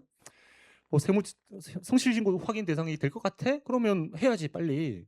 지속적으로 좀 성장할 것 같아? 아니 나 내년에 망할 것 같아. 그럼 법인 전환 할 필요 없다는 거죠. 그렇죠? 그다음에 35% 이상 이렇게 됐는데 그보다 낮아도 미래에는 높아질 수 있다면 당연히 옮겨가는 것들도 필요하고 이런 부분들에 대한 질문을 통해서 대표님하고 니즈 환기가 가능해질 거다라고 보시면 됩니다. 자, 그래서 잘 해보자 하고 마스터 플랜. 네. 그리고 차별화된 솔루션을 주겠다. 그래서 갑시다라는 거고 여기 보고서 안에 넣어놨네요. 부동산 관계법인을 만들어서 결국에 아까 얘기했었던 자녀한테 넘어가는 방법들 쓰는 것들 여기에다가 플로우로 프로세스를 정리해놨고 창업자금 증여 특례 방금 얘기해드렸죠. 자녀한테 이 법인도 넘겨주지만 창업자금 특례로 회사를 만들고 실제적으로 그쪽으로 넘기는 방법도 가능하다. 그죠? 우리가 꼭 법인 전환으로 갔다가 법인 전환만 해야 되는 건 아니잖아요. 그죠? 자녀 이름으로 법인 만들고 거기에다가 넘겨줄 수 있으면 그게 베스트죠. 사실은. 사금복은 개인 사업자에게도 진행 가능해서 한 페이지 정도 넣어놨다. 그죠? 할 게 없으면 이거라도 하셔야 되니까요. 성성적 컨실시 서비스도 한 페이지로 정리가 돼 있네요. 아주 잘 정리돼 있네요. 네. 벤처 투자. 네. 끝났네요. 더 없네? 확실히 더 없나? 근데 마지막에 감사합니다 이런 표지도 없나 보고서에는. 아무튼 그래요. 이렇게 해서 개인 사업자 보고서가 끝났어요. 자, DPC 보고서 한번 띄워주세요. 여러분들 DPC 보고서는 강의를 한 번 했었고 제가 그걸 영상으로 여러분들께 그래도 조금 보시도록 해드리려고 그랬는데 영상은 찍혔는데 마이크 녹음이 안 됐다는 거예요. 이게 뭔 일이에요? 네. 그리고 나서 두 번째 강의를 오픈을 했는데 갑자기 강의가 없어져 버려가지고 못했는데 간단하게만 보여드릴게요. 큰 화면으로 주셔도 돼요. 이것도. 네. 이름이 보니까 밸류 리밸런싱 전략이라고 돼 있어요. 법인 전환과 관련되는 CEO의 절세 전략 이렇게 돼 있잖아요. 이거는 밸류 리밸런싱이에요. 이게 어떤 의미냐면 밸류라고 하면 실제 가치잖아요. 자산 가치도 가치고 소득 가치도 가치예요. 왜? 소득이 쌓여서 자산을 만드니까. 의사들은 기본적으로 소득이 높아서 결국에 자산이 높아진 거잖아요. 하지만 그 소득들이 다 자산으로 계속 쌓여서 커지고 있죠. 그러면 소득으로 커지면 소득세를 많이 내야 되고, 맞죠? 소득이 늘어난 거가 옮겨진 자산이 높아지면 자산 가치에 대해서 상속증여세를 많이 내야 되니까 밸류를 리밸런싱 하겠다라는 의미인 거예요. 자녀하고 좀 분산시킬 수 있으면 좋겠다라는 거예요. 법인의 컨셉과 비슷한데 병의원은 하기 어렵잖아요. 그래서 보고서를 좀 만들어 놨다. 그래서 이렇게 돼 있고 어, 여기서 보면 10년간 자산 형성 규모 예상치 자산이 얼마나 있는지 알 수가 없어요. 뭐라 그랬죠? 개인 사업자는 알 수 없다 그랬잖아요. 개인이니까. 그죠? 한데 어떻게 했느냐? 이 분의 병의원을 10년 동안 영위하면서 번 돈들이 있겠죠. 그래서 대충 그 번 돈 중에 30%는 썼다. 이렇게 가정을 해버리고 70%는 모았다. 이렇게 보는 거고 70%도 물가 상승률로 해서 자산의 어떤 그 수준은 높아졌다. 이런 식으로 해가지고 235억만큼 이 예상치를 뽑은 거예요. 자, 그거를 증여하게 되면 113억만큼 증여세를 내야 된다. 이게 결론이다. 계속 자산을 이렇게 높이는 건 좋지만 어차피 세금 이만큼 내셔야 된다를 먼저 보여드리고 있고, 그리고 밑에는 뭐 이 재무적인 거니까 있는 팩트고, 뒤에도 마찬가지 팩트예요. 이것도 팩트. 여기까지 똑같아요. 항상 팩트는. 여기도 이게 다네? 뒤에 있다. 자, 그래서 여기까지는 다 그냥 기본 팩트인 거예요. 그죠? 자, 그런데 여기 딱 가면 관계회사라고 되어 있어요. 이게 뭐냐면 우리가 그 가족법인 얘기 많이 들으셨죠? 또 우리 요즘 쓰면 조금 불편한 그 뭐 무슨 MSO, 예, 좀 요즘 불편하죠. 국세청에서 자꾸 그 세무조사 한다고 하니까. 그래서 제가 어 뭐라고 할까? 그래서 가족법인, 그 가족법인이라는 단어도 되게 민감한 단어가 들어가 있잖아요. 그래서 관계회사 이렇게 제가 이름을 바꿔놨어요. 어쨌든 병원에서 실제 그 의료 행위를 통해서 실제 나오는 소득들은 분산할 방법이 없어요. 그죠? 다만 어느 병원이나 요즘 가보면 그 의료 행위 외적인 것들이 많아요. 인력, 마케팅, 실제 다른 어떤 상품들도 있고요. 관련돼서는 하나 따로 된 하나의 법인을 만들어서 내가 전체적인 이익이, 마케팅을 해서 팔았던 이익도 다 한꺼번에 나한테 떨어지고 있었잖아요. 그걸 분산할 수 있으면 좋지 않겠냐라는 의미인 거예요. 그죠? 자, 그래서 이것도 30대 70이라고 했죠. 개인 소득 중에서 개인 30%, 법인 70%, 소득이 70%는 하나의 법인을 만들어서 분리시켜 버리겠다라는 의미예요. 그러니까 MS하고 비슷하기도 하고 가족 법인이기도 해요. 그 법인의 소유주가 가족이니까 가족 법인인 거예요. 그렇게 분산했었을 때 그냥 소득이 이거고 개인 100%일 때 세금은 이거예요. 지금 24년도니까 10년치를 한 거거든요. 여기 있어요. 24억이에요. 근데 개인 30과 법인 70으로 쪼개면 14억으로 줄어들어요. 1년에만 세금이 10억이 줄어드는 거죠. 그죠? 이해되시죠? 그 화면에 지금 제가 이게 까딱까딱 거리고 있는 거예요. 10억이죠. 이 10년치를 다 모아봤더니 실제 지는 10년 동안 절세 가능한 금액이 97억인 거예요. 미래를 이야기하기가 좀 어려웠어요, 얘는. 그래서 과거치를 갖고 이야기를 해요. 이거 10년 전에 3대 7로 분리하는 이런 작업을 해서 지금까지 돈을 버셨다면 실제 절세액은 97억인데 이렇게 놀리는 거죠. 자, 두 번째, 여기는 아직 제가 상속세 효과는 포함시키지 않았어요. 소득세 효과만 해놨잖아요. 이게 앞에서도 절대 금액 자산 형성치가 증여세를 낸다 그랬잖아요. 이렇게 해서 분산돼서 저쪽으로 넘어간 70%에 해당되는 거는 상속세를 내야 될 걸 안 내도 되는 상황이 된 거죠. 그 효과까지 플러스 돼 있는 거예요. 그죠? 자, 그래서 보시면 되고, 우선은 그걸 분리시킨 그 소득으로 부동산을 해서 거기에서 임대 소득을 받는다라는 가정하에 실제 소득은 거기에 더 많이 계속 증폭시킬 수 있다라는 거예요. 결국에 내가 개인으로 잡았던 그 돈들은 소비용으로 쓰고 자산 증식은 저쪽으로 한다라는 생각을 하시면 되고, 기존에 벌어놨던 돈들은 어떻게 한다? 자녀 법인의 돈을 빌려줘서 부동산을 사고 임대소득을 만드는 어떤 구조를 만드는 거죠. 그러면 이게 뭐가 좀 차이가 있을까? 개인 사업자 법인 전환을 하고 싶은데 얘는 법인 전환을 하기가 어려워요. 왜? 병우이원을 법인으로 못 하죠. 어, 진짜로 뭐 비영리 법인으로 뭔가 세우고 산하에 뭔가 할 수는 있지만 뭐 그렇게 해서 돈 다 날려버리는 거잖아요. 힘들죠. 그래서 개인 사업자는 따로 법인을 하나 세팅을 해서 실제는 진행을 한다라고 생각하시면 돼요. 법인 전환하고 비슷한 효과를 내게끔 하겠다라는 의미예요. 지금 뒤에도 마찬가지예요. 사금보험 이것도 숫자가 나와 있잖아요. 예시 금액이 아니에요. 이 병원에 직원들이 몇 명이 있을 거 아니에요. 우선 외부에 공개된 명수가 딱 맞진 않더라도 그 명수 기준으로 인당 얼마 정도 사금보험 한 500만 원 연간 한다 가정을 해봤더니 출연 예상액이 10억이고 4대 보험료 소득세 절세액은 3억 7천, 1년에 한 3억 7천 정도를 세이브할 수 있다. 그러니 사금보험 한번 도입 진행해 보시라라고 구체적인 숫자들을 보여주고 있는 거가 이 보고서라고 보시면 됩니다. 장애인 표준 사업장은 올해는 패스, 하지만 넣어놔야 될 것 같아서 넣어놨다. 네. 뒤에는 우리 브로셔를 한 장씩, 한 장에다가 두 꼭지씩 다 넣어놨으니까 컨닝 하시고 싶으면 컨닝 하시라고 넣어놨다 이렇게 생각하시면 돼요. 네, 끝났어요. 오늘 개인 사업자 보고서, 개인 사업자 중에서도 병의원 하시는 분들에 대한 보고서 두 가지를 안내를 드렸고 그와 관련된 기본적인 개념은 법인 전환에서 파생되죠. 법인 전환으로 끝나진 않고 법인 전환의 컨셉을 이용해서 개인 사업자들은 충분히 컨설팅할 요소들이 많이 있다. 이렇게 마무리하면 될 것 같습니다. 고생하셨습니다. 따로 받을게요.